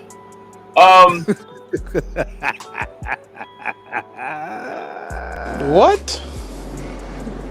Bro, what are you talking about, man? For those that may not know the reference, Look, we already know what you're gonna do. Look, we already it's world class about to act a fool. Come on. Let me bring up Tommy before you do it. Let me bring him up. Hold on. Let me bring him up. Tommy, what up, boss? What's up, big dog? What's up, Tommy? What's up, dog? I think as the elder statesman on that's up there right now, you are fully responsible for everything that's about to happen. You know what I'm saying? Because bro, I just don't know where to start. I don't know where to start, finish. It's just, bro, listen. I've been saying this for a minute, man. It may take people a little bit to get it. You know, that's why I'm patient. That's why I don't be rushing. That's why I don't be worried about going viral. It's going to take a while for people to hit me. Fortunate that I was able to secure 2 vials of black sperm from. I am extremely fortunate that I was able to secure 2 vials of black sperm.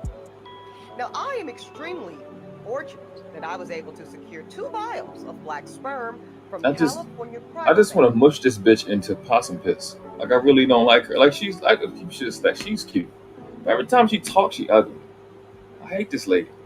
Every time I see her, she's saying something stupid. This the Ebony K. Williams bitch. Okay. God. Yes. Yeah. I only recognize the by face.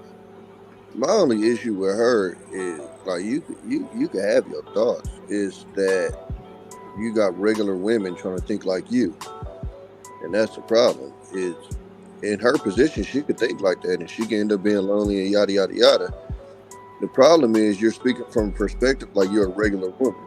So when you make the little bus driver comment, yeah, most women ain't in your position to be thinking like that.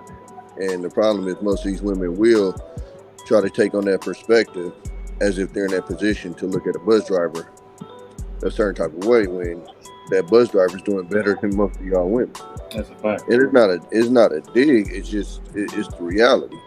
And so that and in a way, the men did it too with Kevin Samuels, where he was talking about a certain type of man, and you got all these regular niggas acting like them standards was for regular niggas. No, them standards was for these niggas. You're a regular nigga. So you can deal with a little bit of fat. You can deal with a little bit of, you know what I'm saying? So I think it happens both ways. I just think overall, I think men usually are a little bit more realistic as far as like their expectations and stuff. Right. Despite what they say online. Go ahead. The thing that's wild to me is that she's extremely fortunate to secure 2 vials of black sperm. So it's like vials. What are you fortunate that you like? The lack of awareness is crazy because you don't know that you're a media personnel. Like you don't know that you have commercials and you have advertisement that pays you. Like they've only gave it to you so you can do what you're doing. So at its purest, the entirety of her soliloquy is disingenuous. The entirety of it. Because you then go on to name the company you got it from.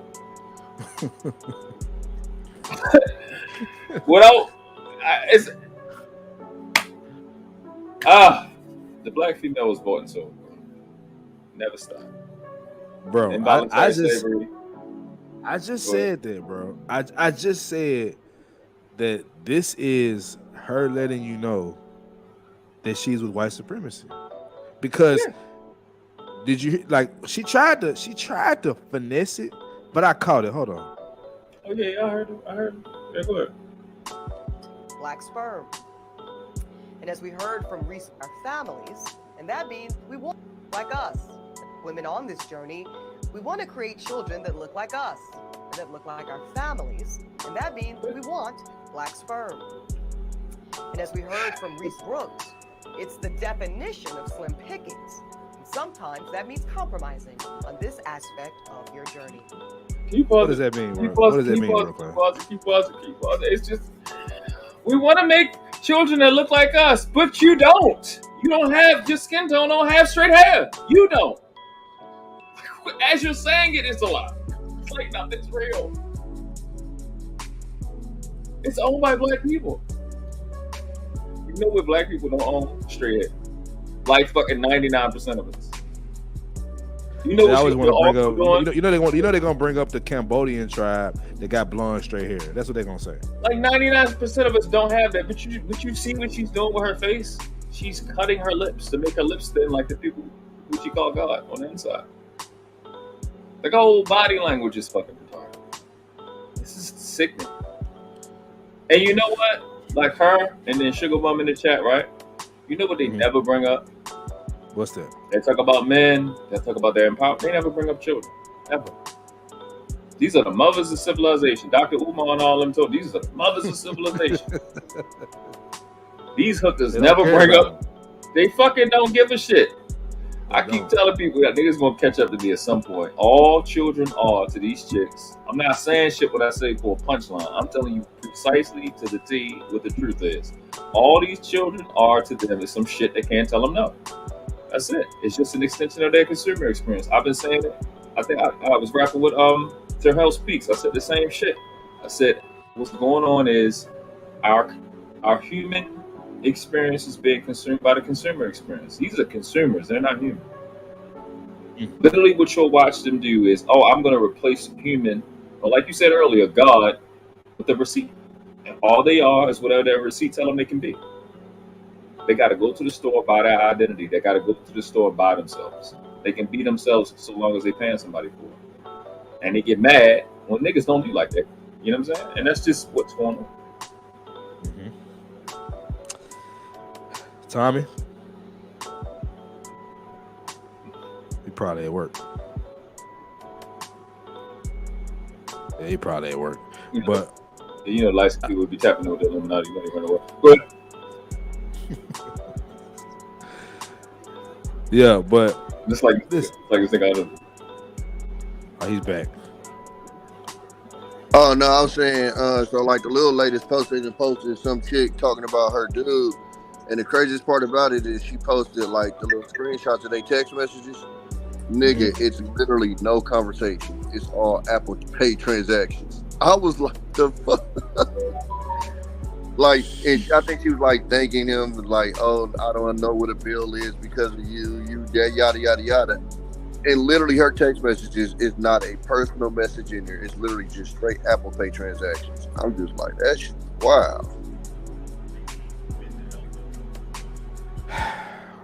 Bro, let me say something. I don't focus on women like I used to as far as having these conversations. I this was a random pop-up chop-up, so just some things that was on my mind. But when I see stuff, when I actually saw this video, I saw a clip. I didn't see this whole one I'm showing y'all now. I saw a clip. Oh, my bad, Reckless De Niro. My bad, brother. I ain't even see you in here, bro. What's going on, man? I appreciate you coming through, man. You can hop on the panel if you want to hop on too. Yeah, this CJ, bro. This is the 5-100 podcast. You in the right one, my brother. Don't he look like somebody from the Commodores? Like he look like Robert De Niro in what was that shit called, Tropical Thunder?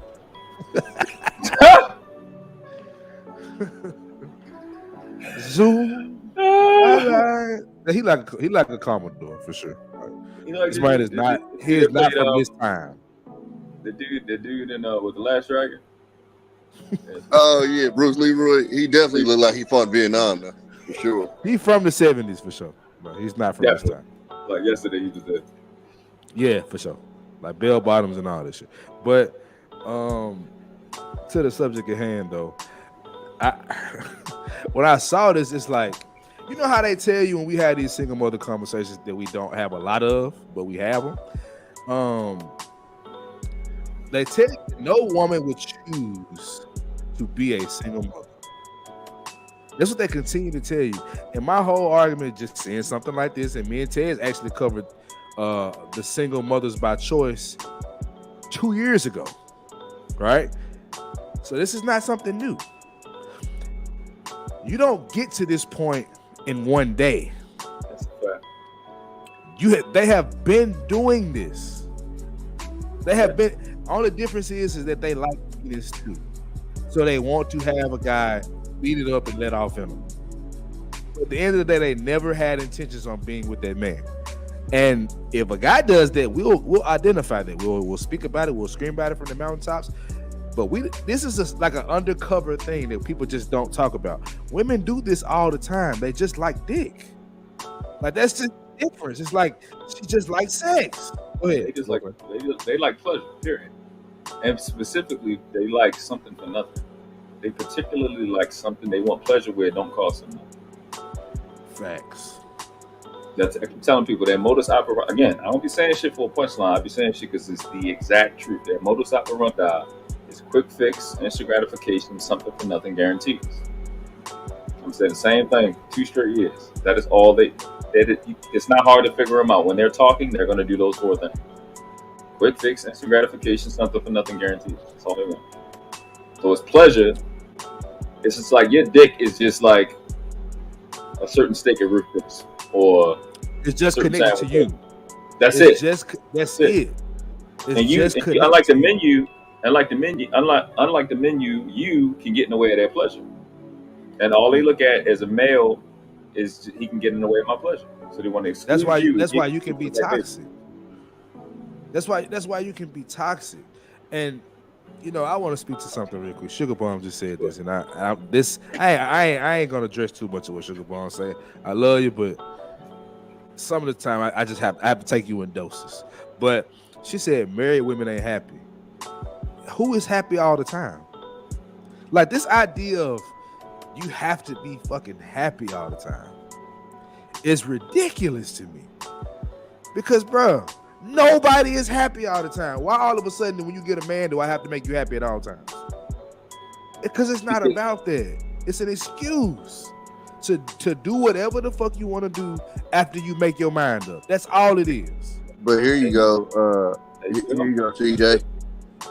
Single women ain't even happy. So none of you bitches is happy. How about that? Amen. Go ahead, Brooklyn. And ain't no woman that's in the first world or the third or the second world that's happy. The only ones that seem to be happy is the one that ain't got the internet real. Because that's where you get your self-worth from. The entirety of their self-worth and identity comes from TV. Their value system comes from TV and media. People continue to be sad. See, the difference is, because I know they'll shoot back and say something about the men. The only place I hear this crying shit is in this space. I don't hear this in the real world. You know who I still hear in the real world crying though? Women. Single and men. I hear in the that real world, niggas ain't crying like they do in this space. I guarantee. I'm telling you they don't. But in the real world, single and married. Niggas is just eating it and continuing to go. See, this is why we was on Tommy was up there too. He was on Jay Prince shit, and I snapped because I'm like, bro, I'm tired of hearing these chicks lie. Like you just keep lying your ass off, and I'm not gonna tolerate listening to it. I don't care who said it. I don't care who said it. I'm going to snap. Stop fucking lying and saying that men ain't in these children's lives or men don't. Like, stop that shit. Y'all got a culture, along with what we talking about. Y'all have a culture of undermining people. Every nigga that ever was on YouTube that was around a black female that heard a chick go, I ain't gonna let the nigga see his kids. Y'all fucking create that entire culture and then get your goofy, stupid, worthless ass on the fucking internet and act and then talk about men don't want to be in that child. Bitch, shut the fuck up. Niggas ain't heard that shit our entire. Nigga, you can go outside, be around the block. You can hear this shit today, outside. Thanks. They are the #1 child alienators on earth. I'm tired of hearing that. So along with that, they create this fucking culture, bro, of just divide and conquer. And they bully children. And another thing, I'm gonna let you up in just a second, JBJ. Another thing that the reason I created I renamed my channel, right? The Pookie Hybrid, because this space, which I don't disagree with completely, this space has made more of a divide between black men and they don't even realize it. The fact that we're talking about a Pookie and a Ray Ray, we're placing a name on men from fucked up situations. I just had a conversation with Tez about this. I know somebody that just backdoored a 24-year-old A1 friend, bro, shot him in the head because of the circumstances we brought up in. I'm not saying it was right. I'm not saying he's justified. He's at you know what's gonna happen to the nigga after he did that. I ain't gotta talk about it. It ain't gonna be no police justice. You know what's going on. But the point is, we're going against these guys and saying, well, they're Pookie and they're Ray Rays. And it's like, do you not understand that is a black man too? And he gets his kid killed him too? Because I'm literally a Pookie hybrid. I said this shit, I'm in between. I've always been a guy that could relate to the guys that had a little bit of money or had a little bit of education and could relate to the guys in the streets, bro. I've always been able to do that. And we want to look down on a guy that's in a different situation. That's crazy. My only pushback on that is this space didn't create that divide. It was already a divide. That's why when it didn't create it, but it definitely put gasoline on the fire. I don't think it did that. It was like it was always there. They're just these niggas that call themselves voiceless or whatever, which is usually the niggas that was the pushovers, are finding a voice finally, and they're able to speak. But there's always been a separation because amongst men, there's always a hierarchy, and we're in a space with the niggas that were on the bottom of that hierarchy. And so that's why when we having these conversations with these cats, a nigga like me is in here and like I'm a lot more empathetic towards it than when I first came in here because I didn't understand a lot of this shit when I first came in here. Because I'm like, my favorite quote when I was in here is, "You niggas is weird," because I didn't understand what the fuck these niggas was talking about. Like it was a whole different world for me.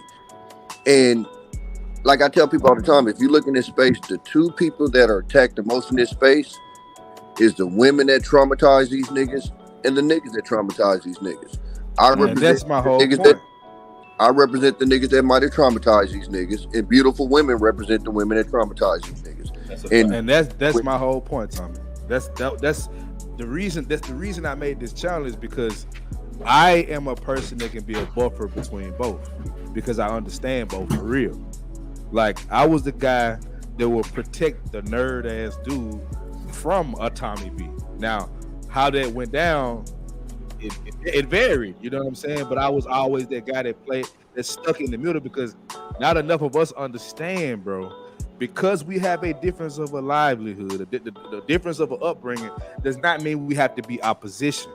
And what I'm saying is this space has made it more of an opposition versus a difference. It's always been a difference. Now it's opposition. I see a whole lot more of it now than I ever have. And I mean, hell, y'all do it. World class for sure, and you for sure. Y'all definitely, CJ, you know why? You'll definitely shit on a nigga that do it. But CJ, it's because we aren't in the same space. Like that, like again, I said this, and it wasn't even disrespectfully none, but it's like in the real world, I wouldn't hang with most of these niggas. Like we wouldn't be in the same circles. It just like it just and part of me saying that was, like I said, like the more I was in this space, the more I started noticing was like one of the top occupations in this space is computer something, computer engineer, so who generally goes towards computer type shit? It's the nerdy type dudes. And it's not a knock to it. It's not saying that in like a fucked up way, but I'm just saying, so that's generally the personality type of guy that's going to be in that kind of a job. So, and that's, so let me say this. No, let me say this. Which one gets, which guy, the Pookie or the non-select gets more attention, more adulation, and more praise in the black community? The Pookie. It's created a jealousy. No, absolutely. So I'm saying, but go ahead, Ray. Oh, I was gonna say, I was like, I mean, this is a circular argument, and it's you guys are talking about losers. Is basically what it is. The Pookie within our community, we're the only community that wants to exalt and uplift the cancer of our community. They're losers. Like, I'm sorry, Pookies. Yeah, you getting it, but y'all suck as humans. Like, you're not helping move this country. You're not helping move the culture forward, if you want to call it that. You're not building anything. Like World Class said, all you do is consume. You produce nothing. We're a non-productive society by and large. And then we get on here and we're talking about like the jealousy between one group of dudes that are banging all the chicks and getting all the chicks, and then we want to call the dudes that are doing what they're supposed to do corny. Like, I've done both. Like, I'm by nature and very nerdy. How I grew up was very violent. Like, I've got people. I live in Kansas City. I get on here and I tell people where I'm at. Pull up. I've got people walking around the city right now with scars on their faces, so I can know who they are from when I was out there doing stuff. And that's nothing to be proud of, is the point of this. That's not cool. When I was doing those things, that was not productive. That was not helpful. Beyond a certain extent. Because, like, I mean, I didn't do nothing to nobody who didn't deserve it. But that's not something to be exalted. That's not something to be proud of. Like, the thing that I'm proud of is that I am capable of gratuitously horrible violence. But which you know is why I the tell funny people part about it, Ray? What? Most people that come from that don't come into this space to push that. Right. If I was trying to push that, I wouldn't be here. I'd be outside. Right. And so, but what happens is the guys that have been traumatized by people like that, when we come to the space, they treat us like we in here trying to push that. It's like, well, that ain't it. Like Well, okay, so the one thing that I would say, and I worked in mental health for 6 years, so it's anecdotal, but most of the men that you run into in this space specifically are processing great amounts of pain and frustration. Like, they just realized that they're just imagine you was playing chess and you just found out the rules, but you'd been playing chess for a long time.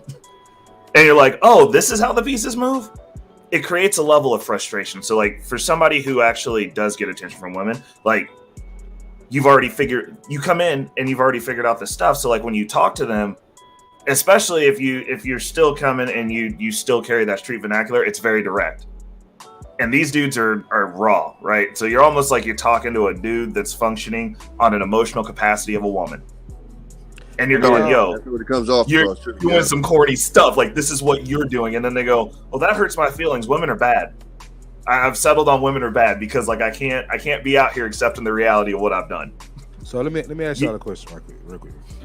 So, did anybody watch The Big Bang Theory? That show? Yes. Okay. There was a scene I'll never forget when Penny came to the realization that Leonard and all the nerds, right? She was like, "Oh, y'all are the cool guys in your space," because you know she's. I guess you could say she's from our ilk, like. You know, we fucking chicks, we having fun, we doing our thing, we partying all that shit. But they were studying, doing their work, making great inventions. So they were the guys in their spaces, right? What I think we're experiencing is that we have come into their space. And I can say every guy on this panel except maybe Mandrell, because Mandrell, I think he a nerd to act like a real, whatever. So I think that every guy on this panel is like, we're realizing we're in their space. And at the end of the day, they're going to have their narratives. I don't agree with it. That's why I have the Pookie Hybrid channel, because I'm telling you, I am a Pookie in some ways, bro. It's just a fact. I was growing up with little dudes named Man, Tay, Pooh. Like I know, like, these is my niggas, bro. You know what I'm saying? So I come from that. So what I'm doing with the channel that I'm pushing forward going forward is that I'm trying to bridge a gap. Not with everybody, because everybody won't understand it. But me and Tez should not be friends based off what I've heard some of y'all say. But the simple fact that I'm from this, he's from that, I think Tez do lame shit. say lame shit. But then, like, he a real guy though. But that's not 100% true. And I say that because I think me and you weirdly are the same. And I say that because, like, I tell people all the time, like, I was raised with both parents, right? My parents raised me to where, like, that shit was damn near Cosby style. I say a hood Cosby style.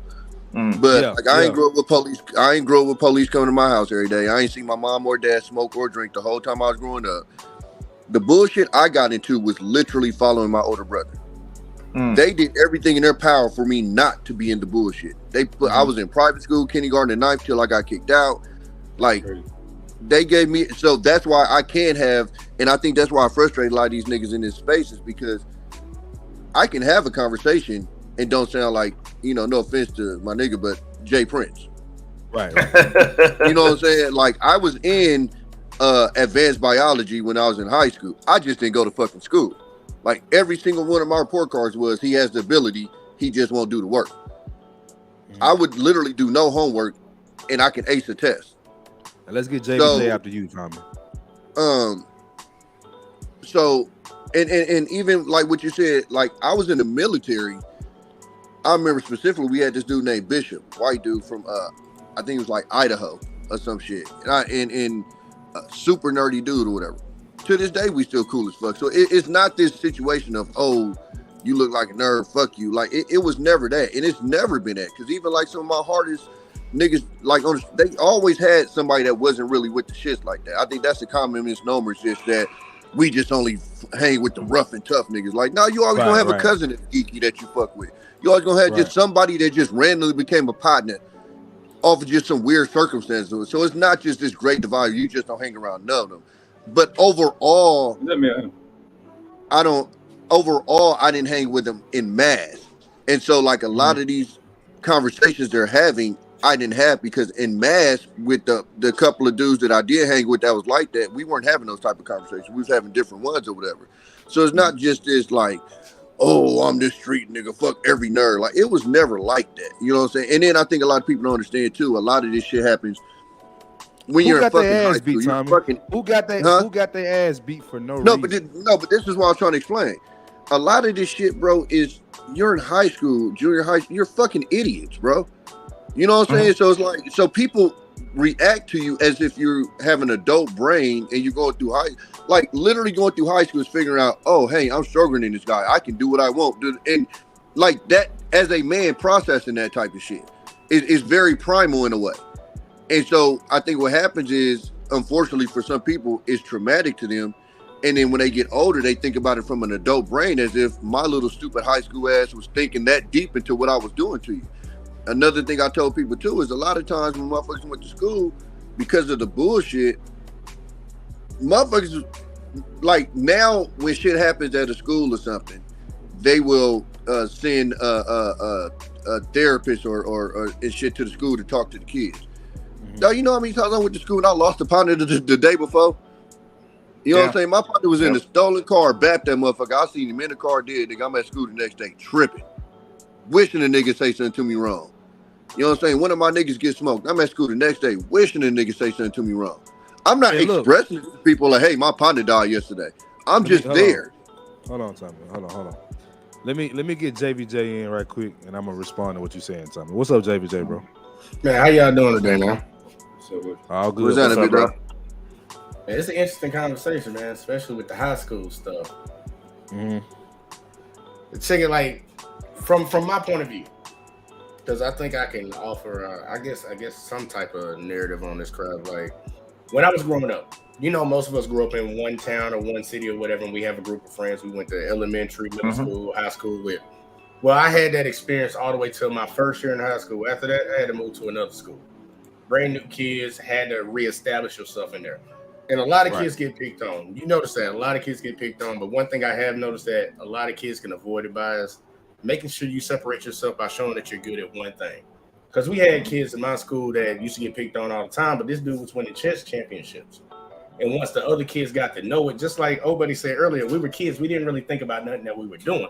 But once you start to show that you got something in common with another group, it bridges that gap a little bit. But I've never seen it where the guys, the cool kids, literally just went out of their way. Not the stuff that we see in the movies, just went out of their way picking on the weird and geeky kids. I never saw that. Now I see it in movies and TV shows all the time, but I seen it when I did it. You did? Yo, I definitely smacked the glasses off a couple niggas. See, y'all some assholes, man. Y'all would have been the dudes I would have been mad in high school, man. Cause like when I moved to my new school, man, I was not that dude. Nobody knew me, so I stuck to myself. But I played football, played basketball, played soccer. That helps. Yeah, it helps. So once they start to see the girls start to gravitate over that way, it went from talking shit to, okay, let's see what's up with this dude. And then we start to find out, like, look, okay, we both like to play Pokemon. We both like to play Yu-Gi-Oh! We like to play 2K. We like to do this type of stuff. And then we get cool, but I don't know about the dudes that's carrying that into adulthood, because I believe every man, once you gravitate, you should be able to move past that, man. Like, reinvent yourself once you get out of high school. That's what most people are supposed to do, right? Go ahead, World Clay. You know what it is? I think I'm breaking up. You know what it is? It's not even so much like the big beef between us. It's like when we're getting into these conversations and trying to present a solution or a different perspective. They act like we coming from Mars with it. I'm like, bro, what you on? Then you gotta get into the conversation of where you come from, where I come from. And you just find out really, really quickly, like you would in the streets, that their living experience is really, really limited in safe places where I've been in, and it's just the thinking be so different when I know I'm responsible for everybody's safety because I'm the most violent nigga in the space. I think completely different. Then you hear their perspectives and you go, oh, you don't know what the fuck you're talking about. You really don't get it. Right. So throughout time, over like a year and a half, you see what really gets them angry. And the bottom line with it is, attractive women, like Tommy said, attractive women triggers these niggas. It triggers them. It's like to where they can't think. And it's like, I gotta make the... Say it again. The geeky guys? Yeah. I'm gonna just say the guys that just... No, I'm just saying because it's not just... It's hood niggas that don't get attractive women too. I don't non-select. know. It's basically non-select. There you go. Yeah, I think we need to separate like nerdy or geeky from just like lame. Because lame covers a way bigger space.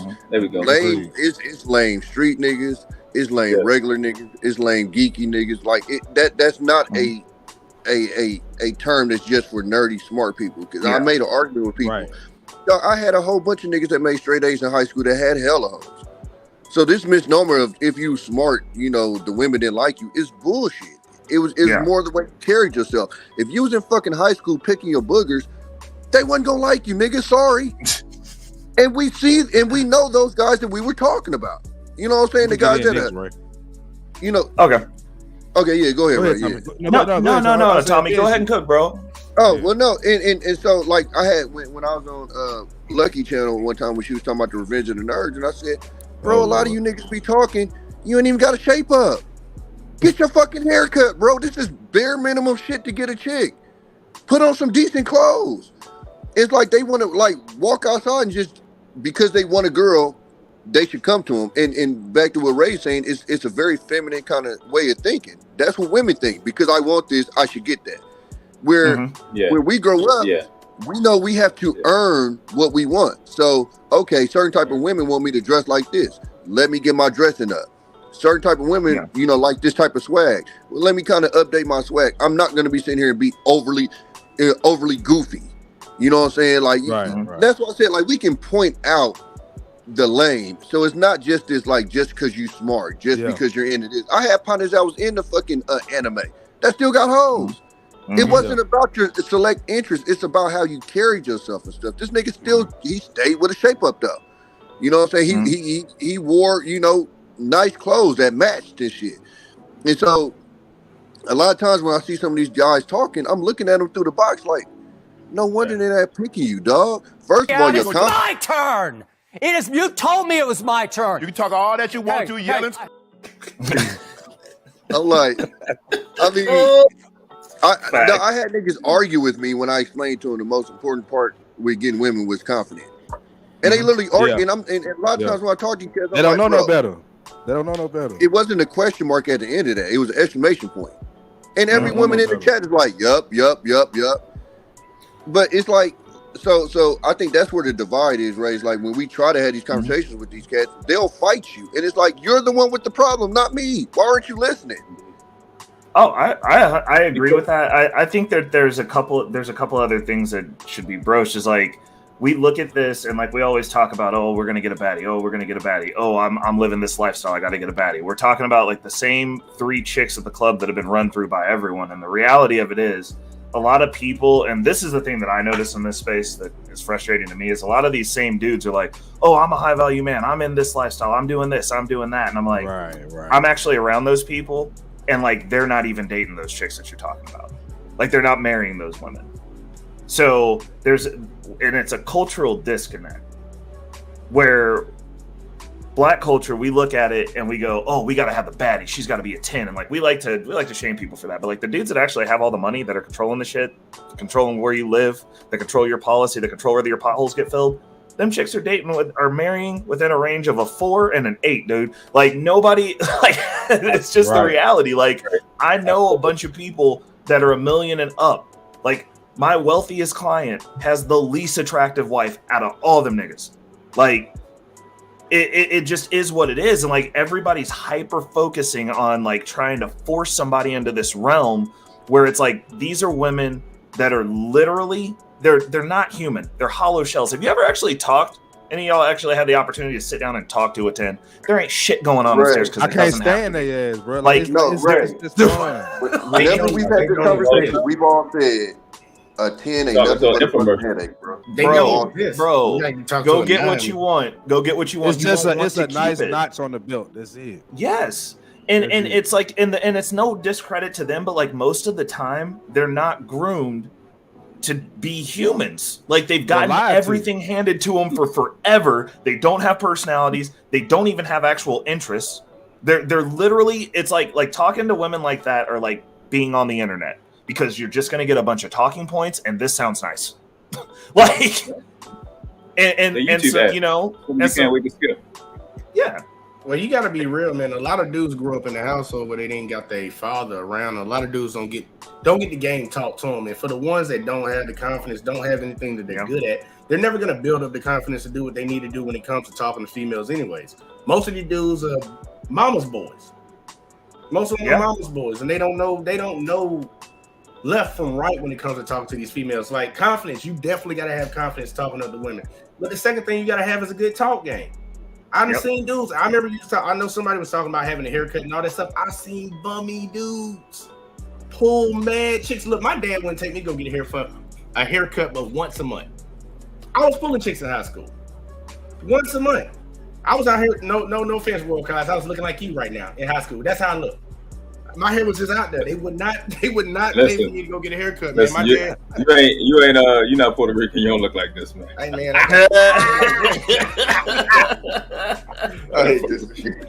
But I'm just saying, all my Boricuas, you know, man.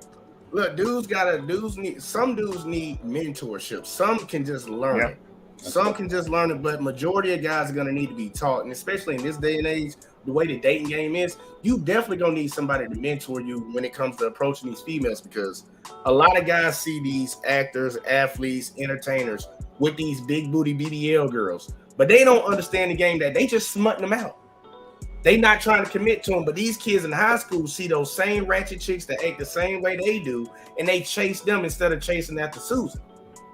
And then Susan, man, like it goes both ways, man. The girls start to hate the dudes because the dudes not giving them attention. The dudes start to hate the girls because the girls not giving them attention. It's just a cycle. So when I want to be specific about what I'm confronting here, right? Because I think we've all made some good points, but there's a difference in saying, bro, you don't really know what you're talking about, and saying, bro, you a fucking lame, that's why you ain't got no bitches. Like it's a difference in that tone of voice. It's a difference in saying it like that. It's a difference in saying, ha, you ain't got bitches. And there's a difference is, ha, you was born without economic opportunities. It's funny. It's different when a person says, you come, ha, you broke, look at your shoes, you come from nothing. Like, it's a difference. And I see on both sides, the quote unquote Pookie side, because all Pookie is a nigga that got a little bit of swagger and can get bitches. That's really what they mad about. We know that's the truth. That's what they always talking about in this space. I'm not talking about in real life, but I'm talking about in this space. The Pookie, the really that have a problem with is the guy that can get the bitch they want. That's the problem that they have. So between both of those factions, we throwing shots at each other and it's not helping anything. That was my whole point of making the Pookie hybrid channel. Whoever want to go next go. But to be honest with you, like, I'm not throwing shots at these niggas. There's no reason to throw shots You at have them. definitely thrown shots. Because no, listen to me, CJ. We're not gonna do this, nigga. I'm not angry. There's no reason for me to throw a shot. If I'm throwing a shot, I'm throwing one back. But Stop the cap.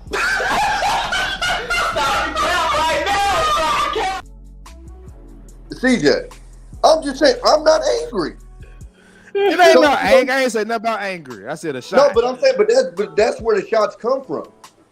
When I came into the space, I didn't come into the space angry, frustrated, nothing like that. I came into a space full of niggas that was angry and frustrated. So when I start talking from my point of view, that's when the shots start coming at me. That's when I was told I had pretty privilege, and I was like, oh, haven't heard that one before. That's when I was told, oh, you're 6'4", you're different, and I'm like, oh, haven't heard that one before. Bro, I definitely got pretty I'm telling you, I'm telling you what men have told me. I've never heard this in the real world in my life. This is what men on these panels have told me, and I'm going, because you got to realize, for me, I've never looked at my life as something that was like spectacular. It was just life. So in my head, this is like everybody's experience.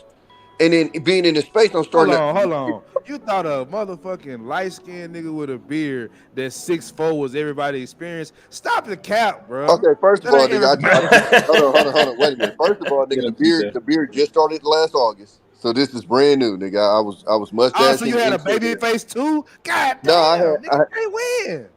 Listen, man, I got good genes. I got you know. But this is my point though, CJ. Like, and this on my mama. My ugly partner still got hoes.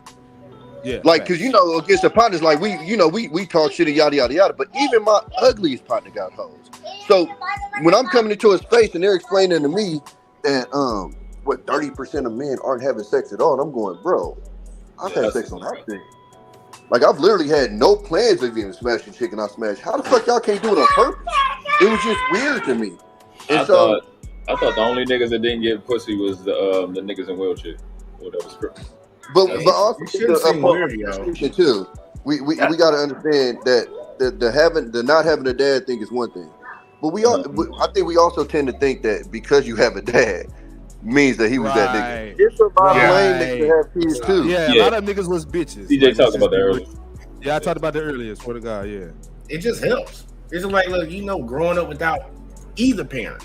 Oh no, I agree. You're at a disadvantage. Like I'm just saying. I think people think that just because that guy is there, then he had to be or he can teach you this, and this. And I'm like, I've seen dudes that had two parents and lame as fuck, and then I meet their dad. I'm like, oh, I get it.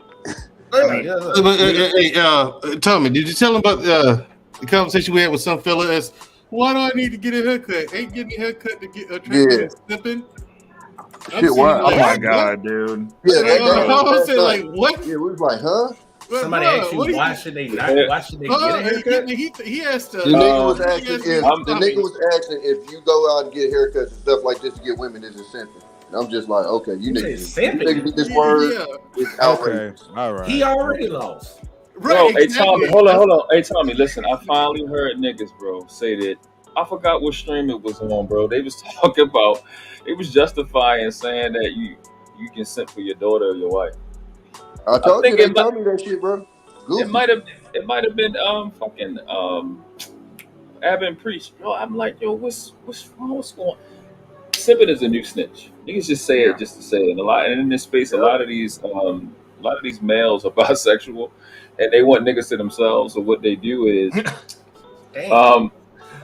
it's a lot of niggas simping for other niggas. There you go. What happened? We're glad doing it. They know what I'm talking about. That's exactly what the fuck I'm talking about. Why you call? What? Huh? Or? Who said something about, oh, bitch, you cooking? Like, why you gotta throw the shot at him like that? I just. First of all, y'all welcome. It don't got to be you. It'll be me. I'll take the photo. But here's the thing. A lot of these niggas are simple for other niggas. And they mean it in a sexual way. And like I said, Wait a minute. Wait a minute. They definitely want men to themselves because what it is. What do you mean by that? What it is they've done the same thing chicks do. Like I be telling dudes, like they be like, oh, the inconsistencies with what they say. It's the consistency. Your pleasure as a male is the enemy. So they flip the script. Anything that they think that these males think a woman is gonna get pleasure for, they call it simping. Because they angry at the chicks for not picking them. What you call them, non-selects, the lame niggas. And that's what's going on in space. And we come to this conclusion because when it comes to solution time, when it comes to giving perspectives, like they don't understand women at all. Like Tommy said, I'm saying something, Tommy's saying something, women like, yeah. So, hey, these niggas are still arguing. Let me ask you this. This is for Tommy and World Class, because obviously you niggas is the Dudley boys right now, putting niggas through tables. But okay, so let me ask you a question. You tell me what? Y'all put niggas through tables. Y'all the Dudley boys right now, putting niggas through tables, tag team. Hey, CJ. Oh, thank you. Maine said bisexual. I'm sorry, Tez. I'm sorry. So let me ask y'all the question. I'm sorry, Tez. Okay, we remove nerd, right? So we're talking about non-select / lame. What do lames have to do when having a conversation with you guys, talking about women? Do you think that they should just shut the fuck up and listen, or will you even hear their perspective? Let's go with be honest first. Be honest. Keep shit a bang. Yeah, there you go. Keep shit a bang. Just be honest and stop playing. Like if you want help, I can help you. If you don't want help, I'm not, nigga. You need to be paying me first of all. What if they're not trying to come to you for help though? What if they're not trying to come to you for help? They're just having the conversation about women and their experience in women. Cool. Same thing. Stop lying. Because if I'm talking about an experience that you don't have, you can't. I keep shit a bean, nigga. You just saying that the attention I got in this space from women that are attractive, nigga. Not a lot of you niggas is getting that. So if I'm telling you a certain thing and they like, yeah, this nigga's right, or whatever they say, nigga, just take it. Like, don't fucking tell me I'm wrong, nigga. When you get the fuck out of here, come on, you gotta accept one thing though. Yep. Like the girls we grew up with, let Ray go. Let Ray go. He was saying something. Go ahead. It's just like what World Class was saying. I mean, it's about being honest. Like, don't get up there and lie about the situation, and then lie to somebody who knows the situation. It's like when people lie about money, and I sit there and I start looking sideways, and it gets further down sideways, and I'm like, bro, like you've talked about like nothing that people that actually have money do. You just say you're rich online, which any of us can do. Okay. And it's like, who are you tapped in with? Like when I tell people all the time, I'm like, are you changing your surroundings? It sounds like you're talking about the same 4 chicks and they're all at the club. That's who you're trying to date. And you're trying to force a hoe to be a housewife. Those are hoes. They're going to be hoes. You're not going to change a hoe. Like even if you do marry a hoe, she going to go back to being a hoe. Look at all these dudes that are getting these horrible outcomes where these chicks want to rush back to the streets. They're going to regress back to that mean. Are you in spaces where people have class? Like, I mean, I was on a panel probably about 2 months ago. God, I forgot her name, but anyways, dude was on there talking about every dude he dates ends up slurping up his friend, and I'm like, first of all, why are you friends with this guy? And how is it that every single chick you date ends up blowing your boy, dude? Like, how does this work? like you basically out recruiting head for your homie. Like, what are you doing?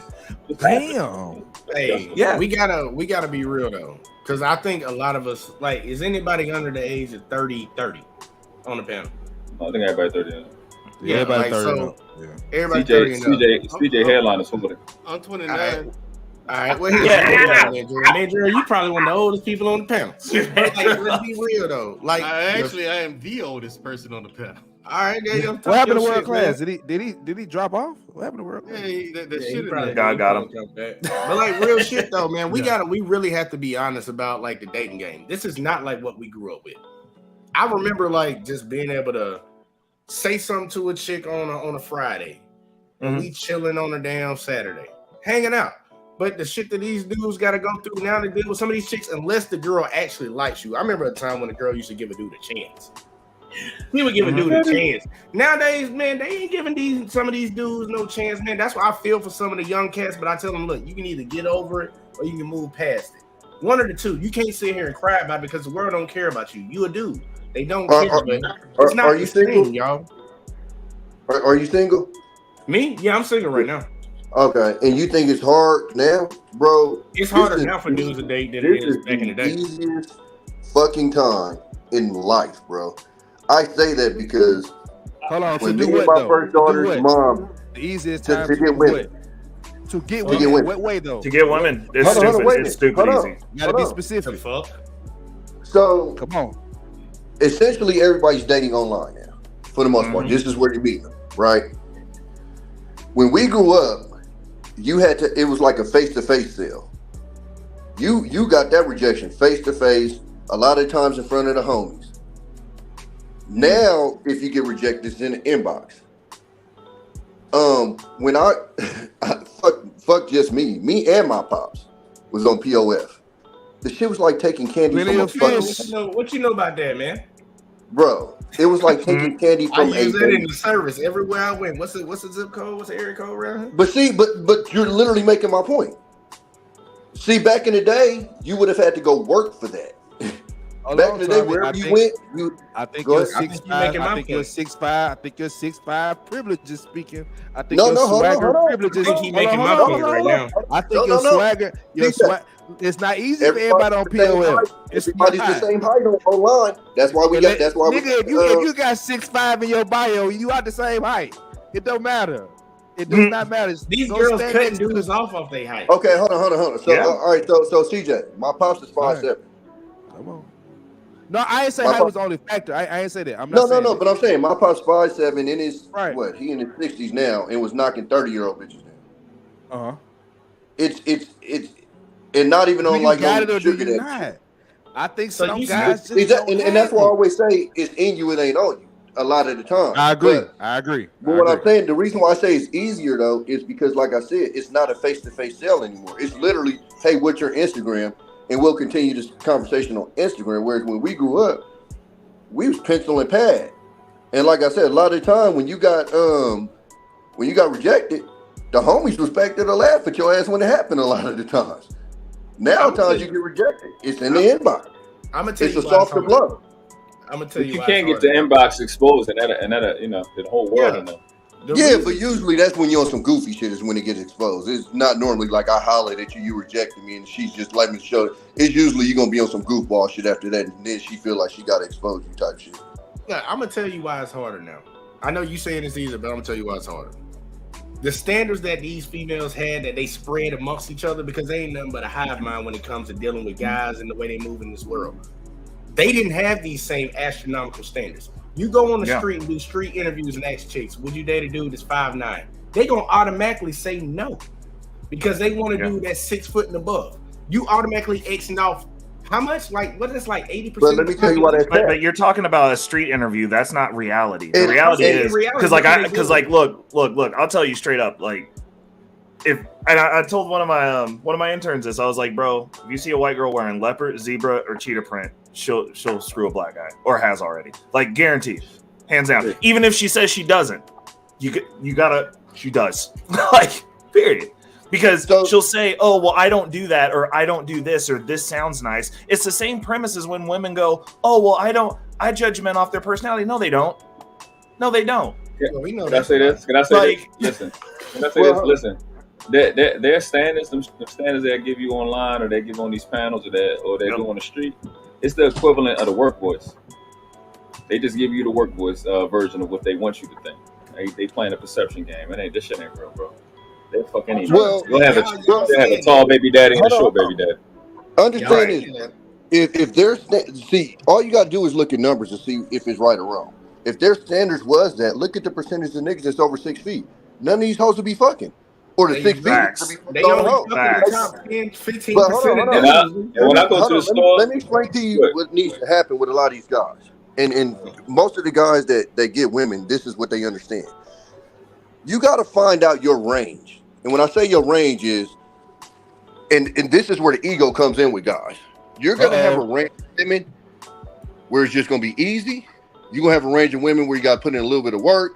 You have a range of women where you probably gonna have to put in more work, and you have a range of women where you probably gonna have to simp a little bit. 1 through 10. Watch your tone, Tommy. That scale is different for certain niggas. Niggas, they can probably get a 5 or 6. You want me to light your cigarette for you too? You better check your tone, girl. Keep your inside voice on. Don't put your ass outside. Certain niggas can get certain niggas to get a 5 or 6 to do whatever the fuck they want to do. Right. Certain niggas to get a 7 or 8 to do whatever the fuck they want to do. Certain niggas can only get a 3 or 4 to do what the fuck they want to do. A perfect example would be like this Keke Palmer situation. He wasn't dealing with somebody, or he basically he overachieved. And if you overachieve, you're gonna have to make some sacrifices and shit. You ain't gonna live the life that you quote unquote want to live that you talk about on these spaces. So but did he overachieve? No, hold on. Yes, because that's not the normal type of guy that somebody like her is gonna date. And see, this is she get that though? What? Could she get the guy that's on her level? Because I feel like if she could, she would have. Yeah, absolutely. No, Okay, so hold on. Let me break this part down because I literally was talking about this last night. You don't want to get lost in the example. Go ahead. My bad.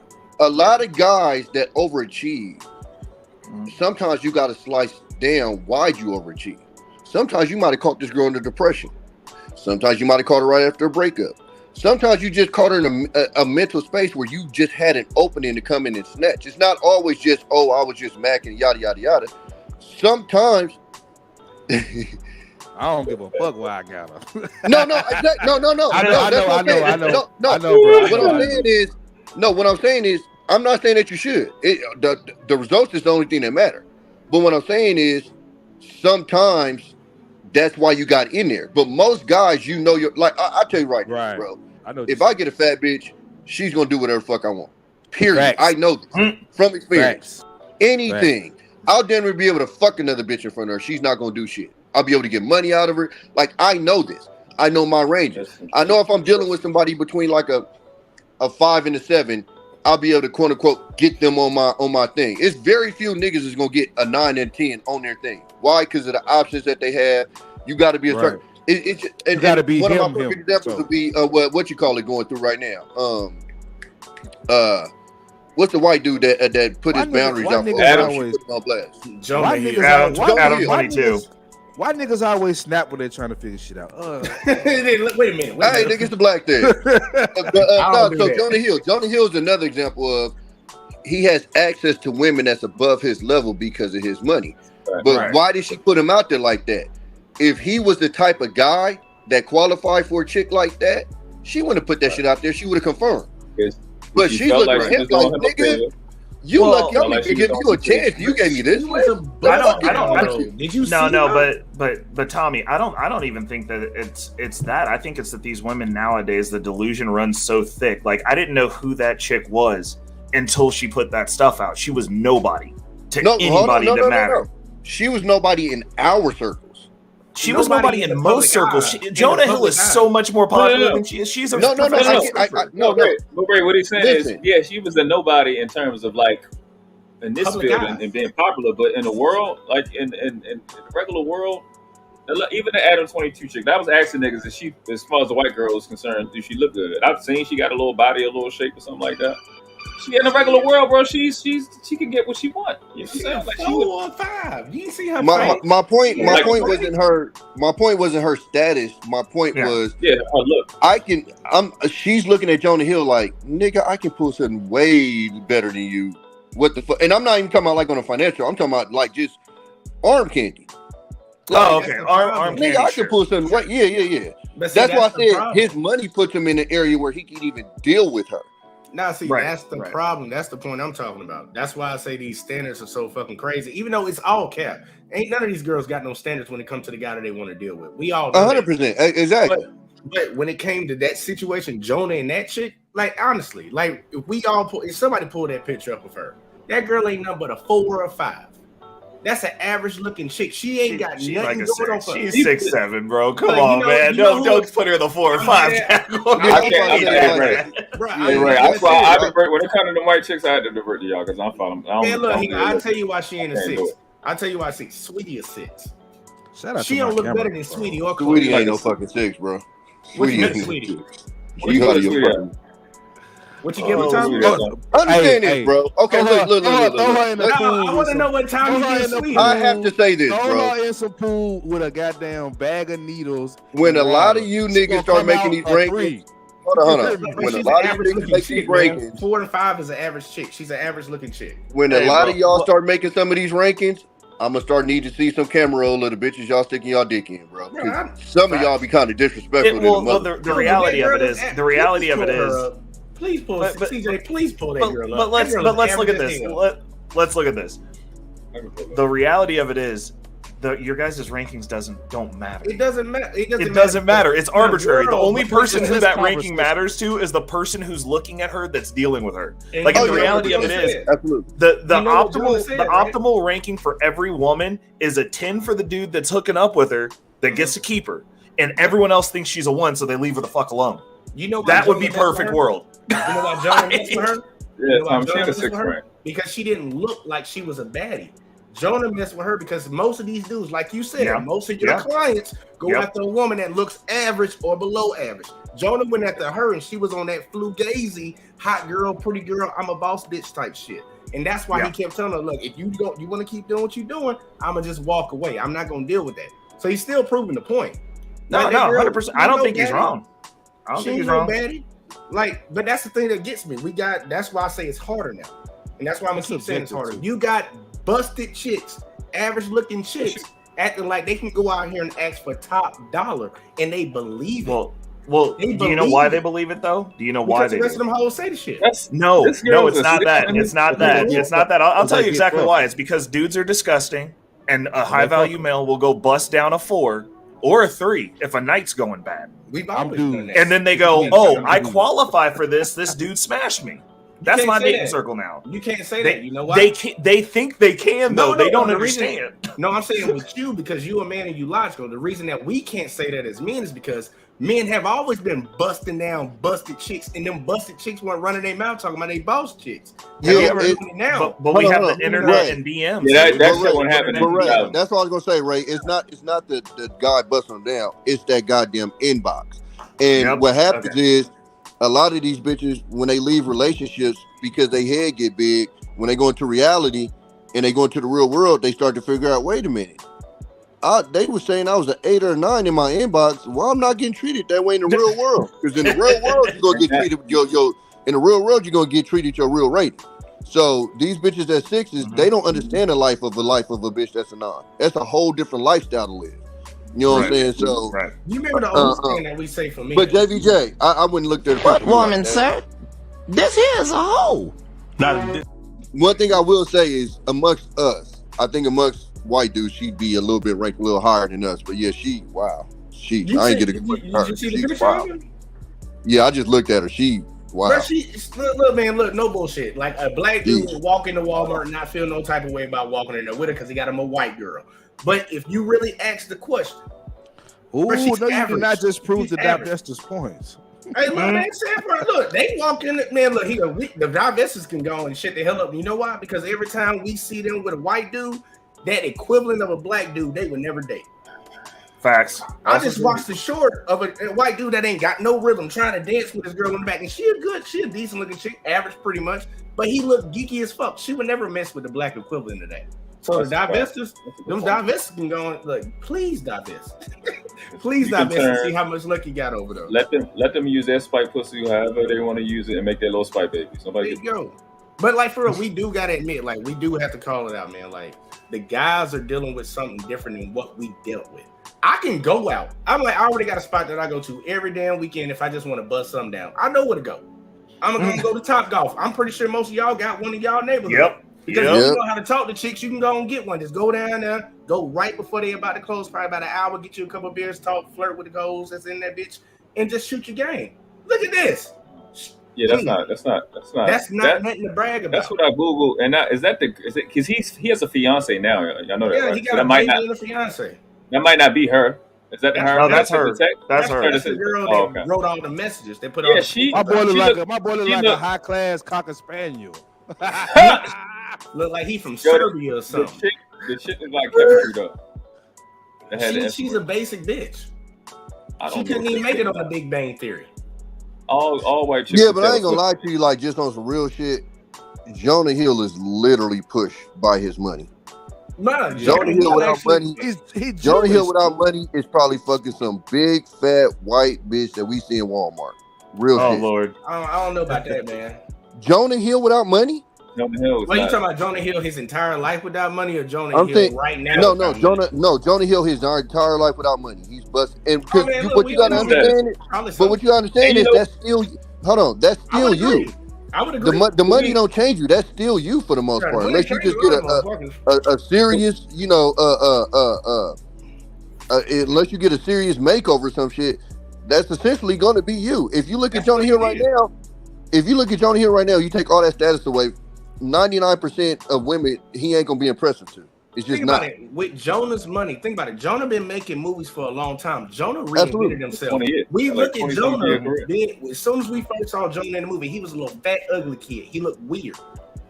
Jonah been working on himself. Everything they tell people, I agree. He worked on himself to get to where he is right now. And I'm talking about where he is right now. If you put that picture up amongst most women. But what I'm saying is, I'm saying if you put him up right now, even though he's making improvements, and hell yeah, he has, amongst most women, and this is why I say, like, amongst men, we understand this amongst each other. We know the niggas is gonna pull hoes. We know he ain't gonna be one of the dudes gonna be pulling hoes without money. He just Jonah Hill is built like the letter F. So I don't think a lot of women is going to go. That nigga right there wasn't pulling like shit. the letter F no more though. That's the problem. Shout out to my boy McLovin. Man. Look at it. He worked on himself. Jonah was a fat, awkward-looking kid. He can pull an average chick on the regular.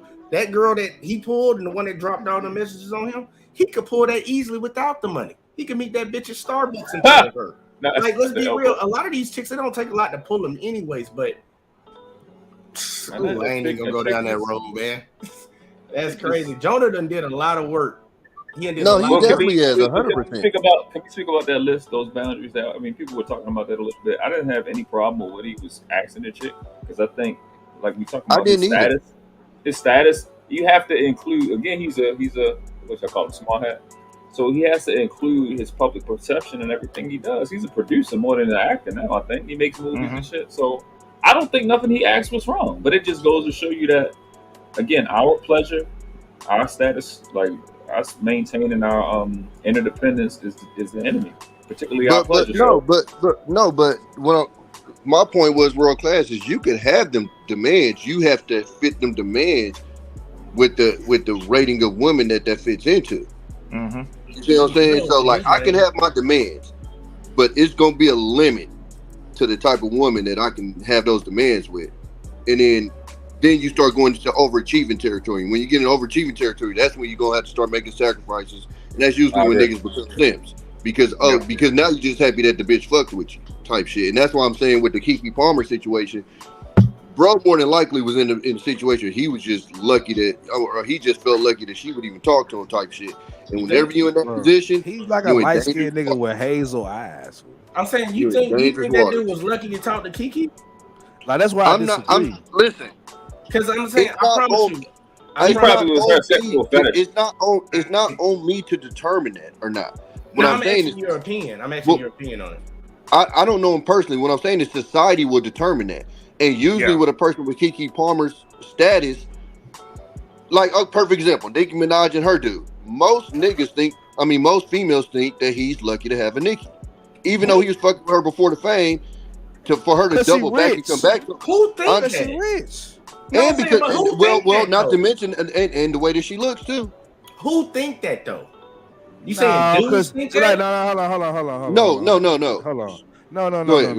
No, because we are, like you just said a minute ago, ugly dudes pull baddies. We not surprised by that. Absolutely. But what makes Nicki Minaj and Keke, and I get what you're saying to an extent, it's mostly because of their status and money, bro. But women tend not to understand that your status and your money. Beautiful women, that's all as well. Like she just got beautiful. Like Keke just got fine. Like, well, I mean, hold on, bro. Hold on. He's been rough as hell for a minute. I was gonna say, you gotta realize though, she was a kid most of the she just got been looked at as a woman. She just got fine.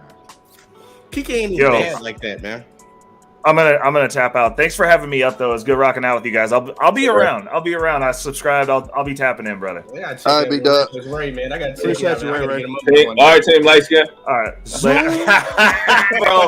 bro. You on my team half the day. Shut up. Hold on before you leave. Hold on before you leave, Ray. Hold on, real quick.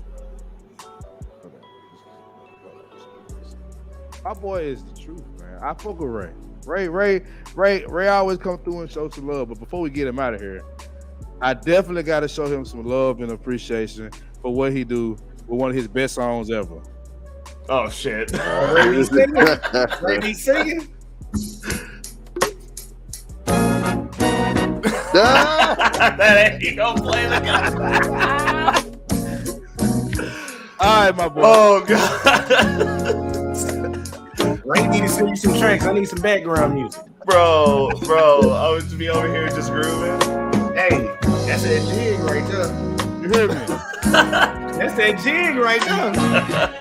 Hey, I may be just a fool. You ain't right, man. You ain't right. All right, All right, guys have a good one. Later, guys. All right, bro. That shit funny as hell. That's hilarious. You can't get this shit nowhere else, man. There you go. You got to come to 5100. Look, man, I do got to press this point, man, because it's not easier, man. It is not easier. Like, I really want somebody to give me.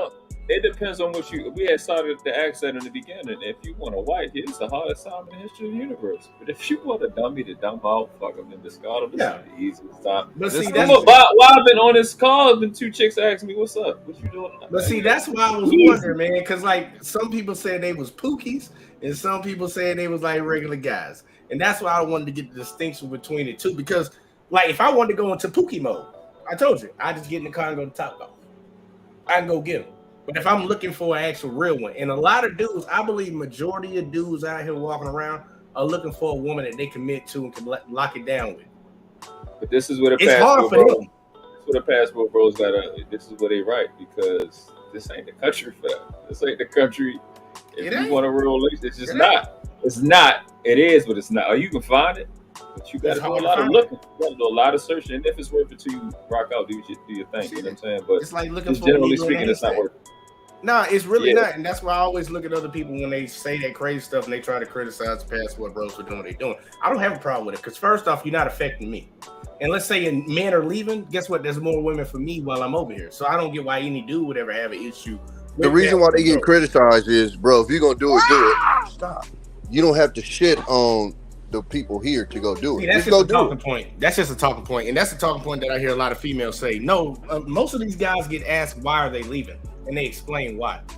No, but even in doing that, you can say, okay, I've had a tough time. But what I'm saying is, anytime you have a preference and to explain that preference, you shitting on somebody else, it's just gonna be an issue. If you decide to go fuck with white girls and you shit on black women to go fuck with white girls, motherfuckers gonna have an issue. If you fuck with white dudes and you shit on black dudes to go fuck with them, it's gonna be an issue.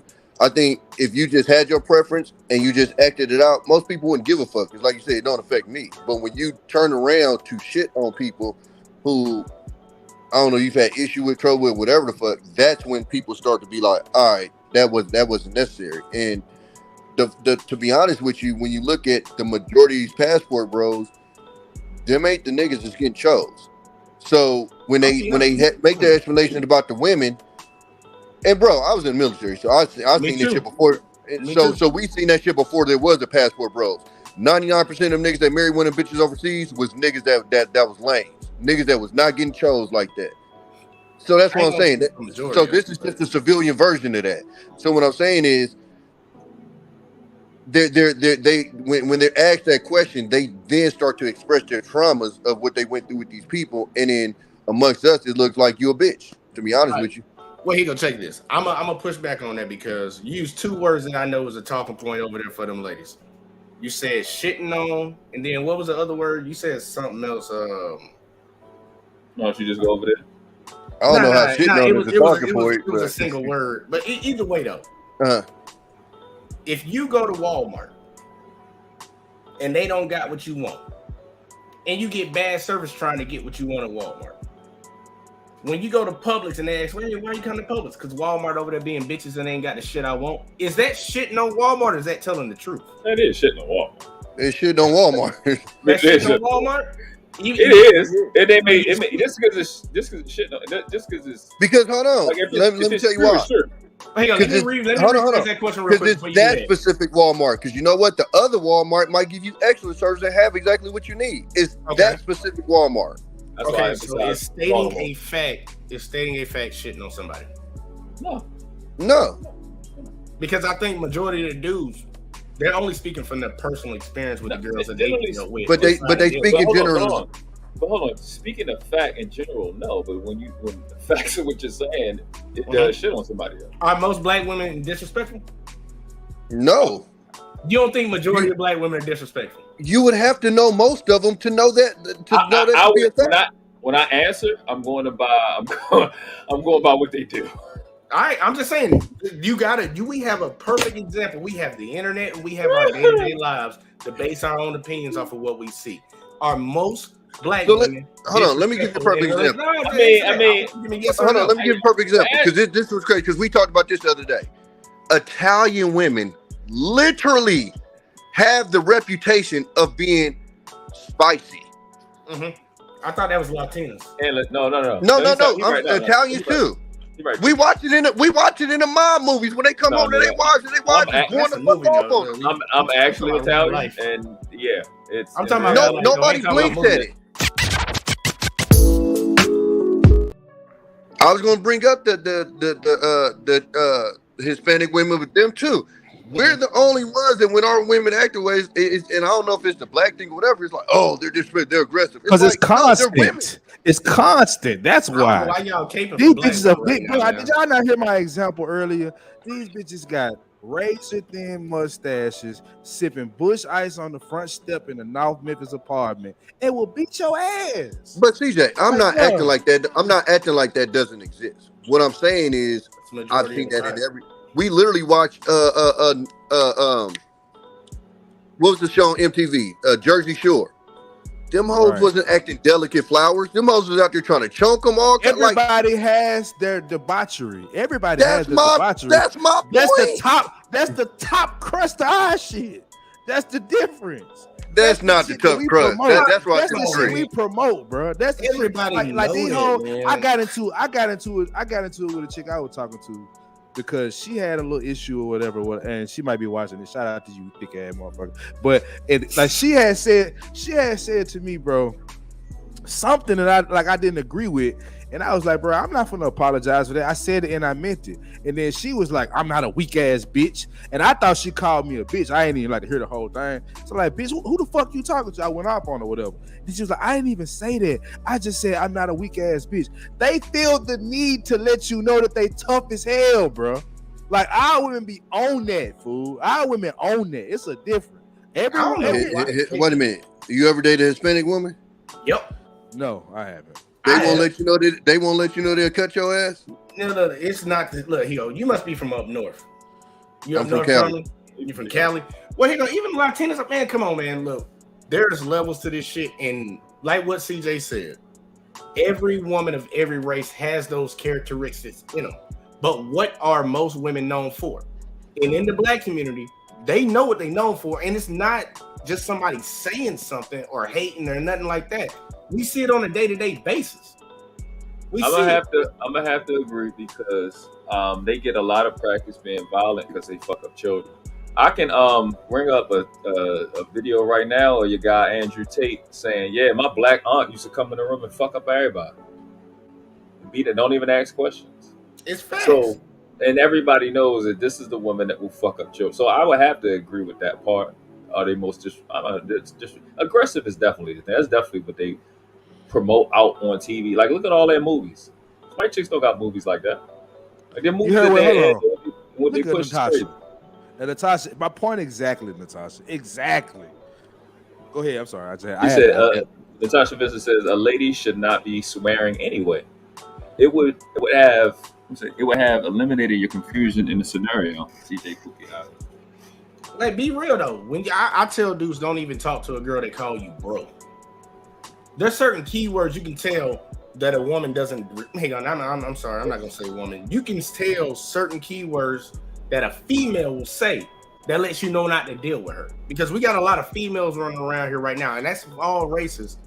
We got very few women, and that's why I don't have no problem the issue with the passport bros. But when they come back and they talk about the females that we have in our community, in our black community, bro, I'm not capping on none of that, because the sad part is you'll have a dude, a stand-up dude sitting around doing what he's supposed to be doing for his family, and she'll come out of the woodwork, say he did this and did that with no fucking proof, no evidence, and everybody knows she lying, but nobody had checked that shit. That's why our problems in our community have gotten so bad, because all women have aligned themselves with the government, and they have been out of order since the beginning in this country.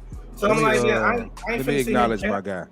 Let me acknowledge my guy, man. Appreciate you, Harris Tribe, for the $5 super chat, man. I appreciate you. Every time I make a little clip, you know what I'm saying, they always flag me. So I just appreciate you with the grits package. You dig what I'm saying? Welcome. It's good to have you here. Good to be here. Come on, girl. Oh, Oh, yeah. I don't smell no dinner cooking. Why don't make some grits? Make them grits. But look, man, I think we just need to be honest when we talking on these spaces, because we got a lot of people that watch us and shit. And like, look, speak the reality. Like, do we got dudes in our community that's fucking up and need to be better? Hell yeah. And we try to tell these dudes, like, at least on my side, I tell these females to avoid them motherfuckers. But the same can be said, and I don't think it's shitting on the guys, just like I don't think when a guy's dipping and going overseas and talking about his experiences that he had in this country dealing with the women, I don't consider that shitting, especially if he's telling the truth. And when most of these guys say what they saying, I bet money every dude that here, even if you say they shitting on them, I bet money you ain't seen it. So that's my only point. Hello. So before we wrap, man, I'm gonna wrap. I gotta go. I'm actually going to the gym today, man. I've been bullshitting yesterday, so I gotta go. I know I gotta go today. Before we go though, I want to get everybody's final thoughts. So obviously, most guys that I talk to in this space, they believe that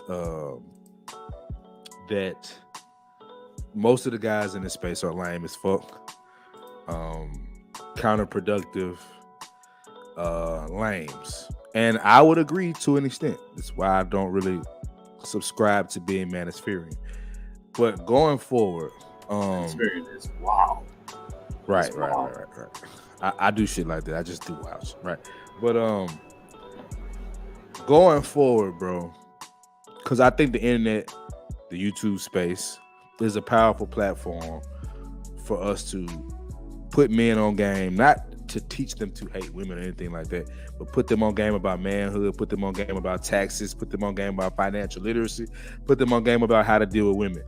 Where do we go now going forward? How do we, push this message better today? And I'll start with you, JBJ. Last final thoughts. Okay. We'll go with Tommy first. Oh shit, bro. I wasn't ready. Oh, go ahead. What you said?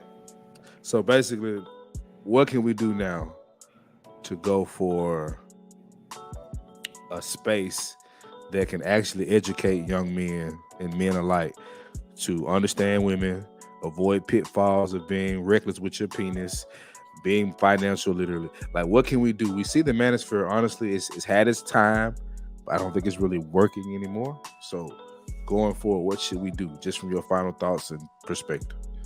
Well, for the men, the number one thing they need to be focused on is not women. Number one, like, don't be focused on these females, because that ain't gonna benefit you none. You'll run out of money chasing chicks, but you'll never run out of chicks chasing money. And I know we've all heard that old saying.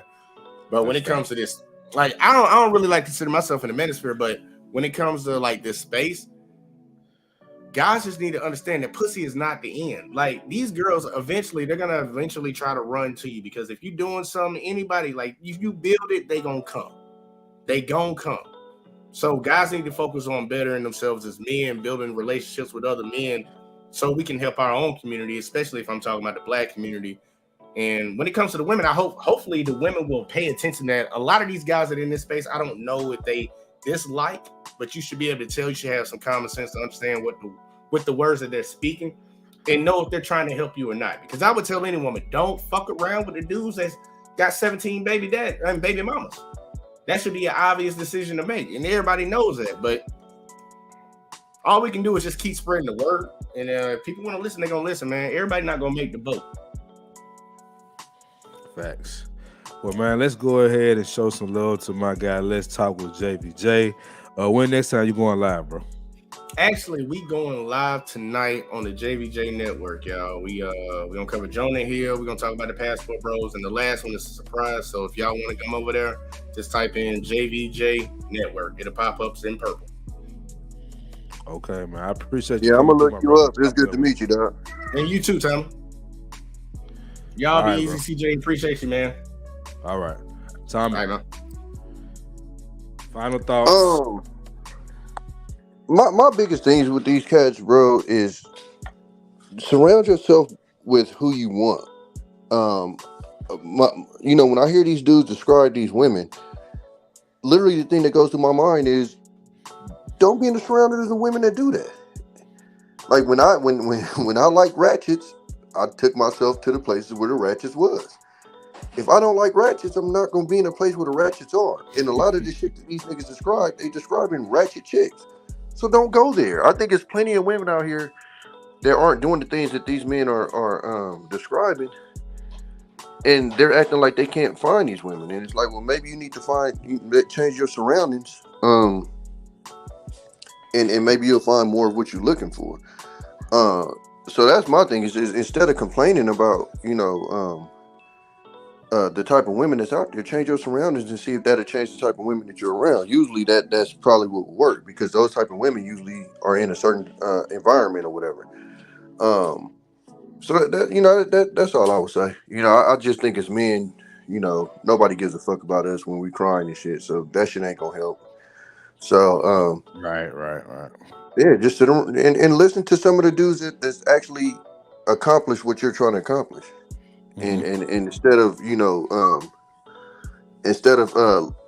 trying to be visceral with them, try to learn something or whatever. Tuck that ego and try to learn something, because I think that's the biggest divide with the whole thing is the ego. You don't want another dude to tell you how to do what you think you naturally should be able to do.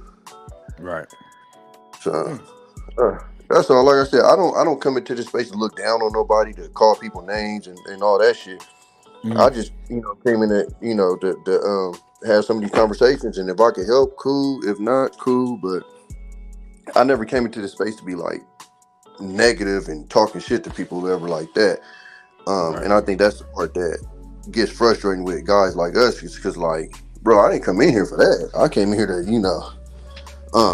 just try to chop it up. And because people have been traumatized by people that they perceive I am, you kind of get a certain backlash or whatever. And it's like, bro, I didn't come in here for all that. So that's all. All right, my boy Tommy B, man. I appreciate you coming through, always dropping good science, man. For sure, big dog. I'll catch you next time, brother. All right, doc. All right.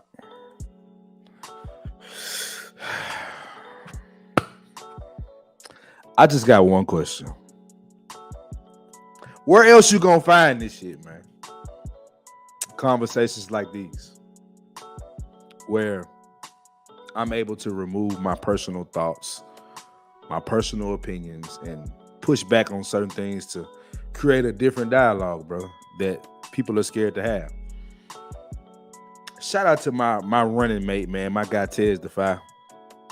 Because like I said earlier, there are things that Tez do that I just think are not the best thing to do, but that just comes from my background, like how I was shaped and molded to be the man I am today. It doesn't really always agree with my partner, but in other ways where we're different, he's helped me become a better man. So with this Pookie and Ray Ray and this educated, lame, and non-select conversation, it's a little petty, man. That's why I like, probably my favorite guy in this space is Dr. T.S.on Johnson, because he just gives it to you from a black man's perspective. Whatever kind of man, doesn't really matter. He's black, and he's going to have a certain experience in this country because of that fact. And us as men have to understand that. Now, we don't have to agree. We don't have to have the same perspective.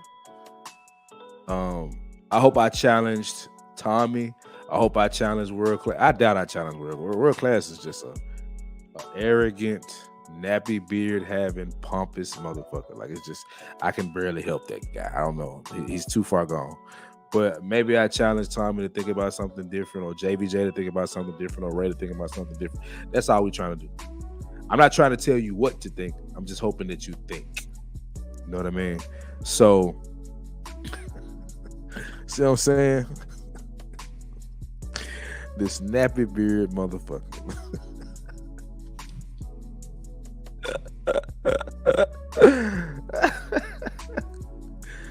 But you know, I appreciate y'all coming through for this show. It was cool, man. Fun. I had a good time. I thought this conversation was very impactful. It went many different ways. And shout out to my guy Tez. Tez will never claim shit. That's what I like about Tez, and I don't like about Tez. Tez will never claim his idea. He'll just say it was us. I'm not gonna let that happen.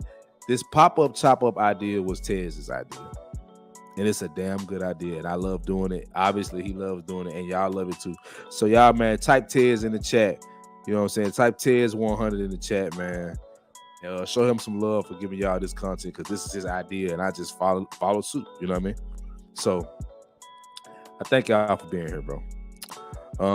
What did Natasha say? Great show, CJ. I've been missing your show.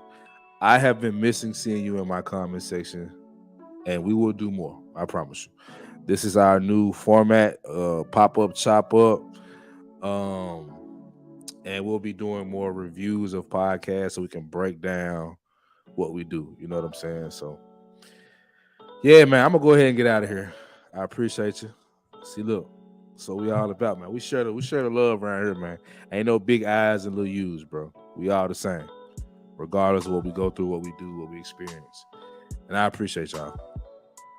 So until next time, it's your guy CJ100, aka the Pookie Hybrid, 50% of the 5100 podcast, and I am gone.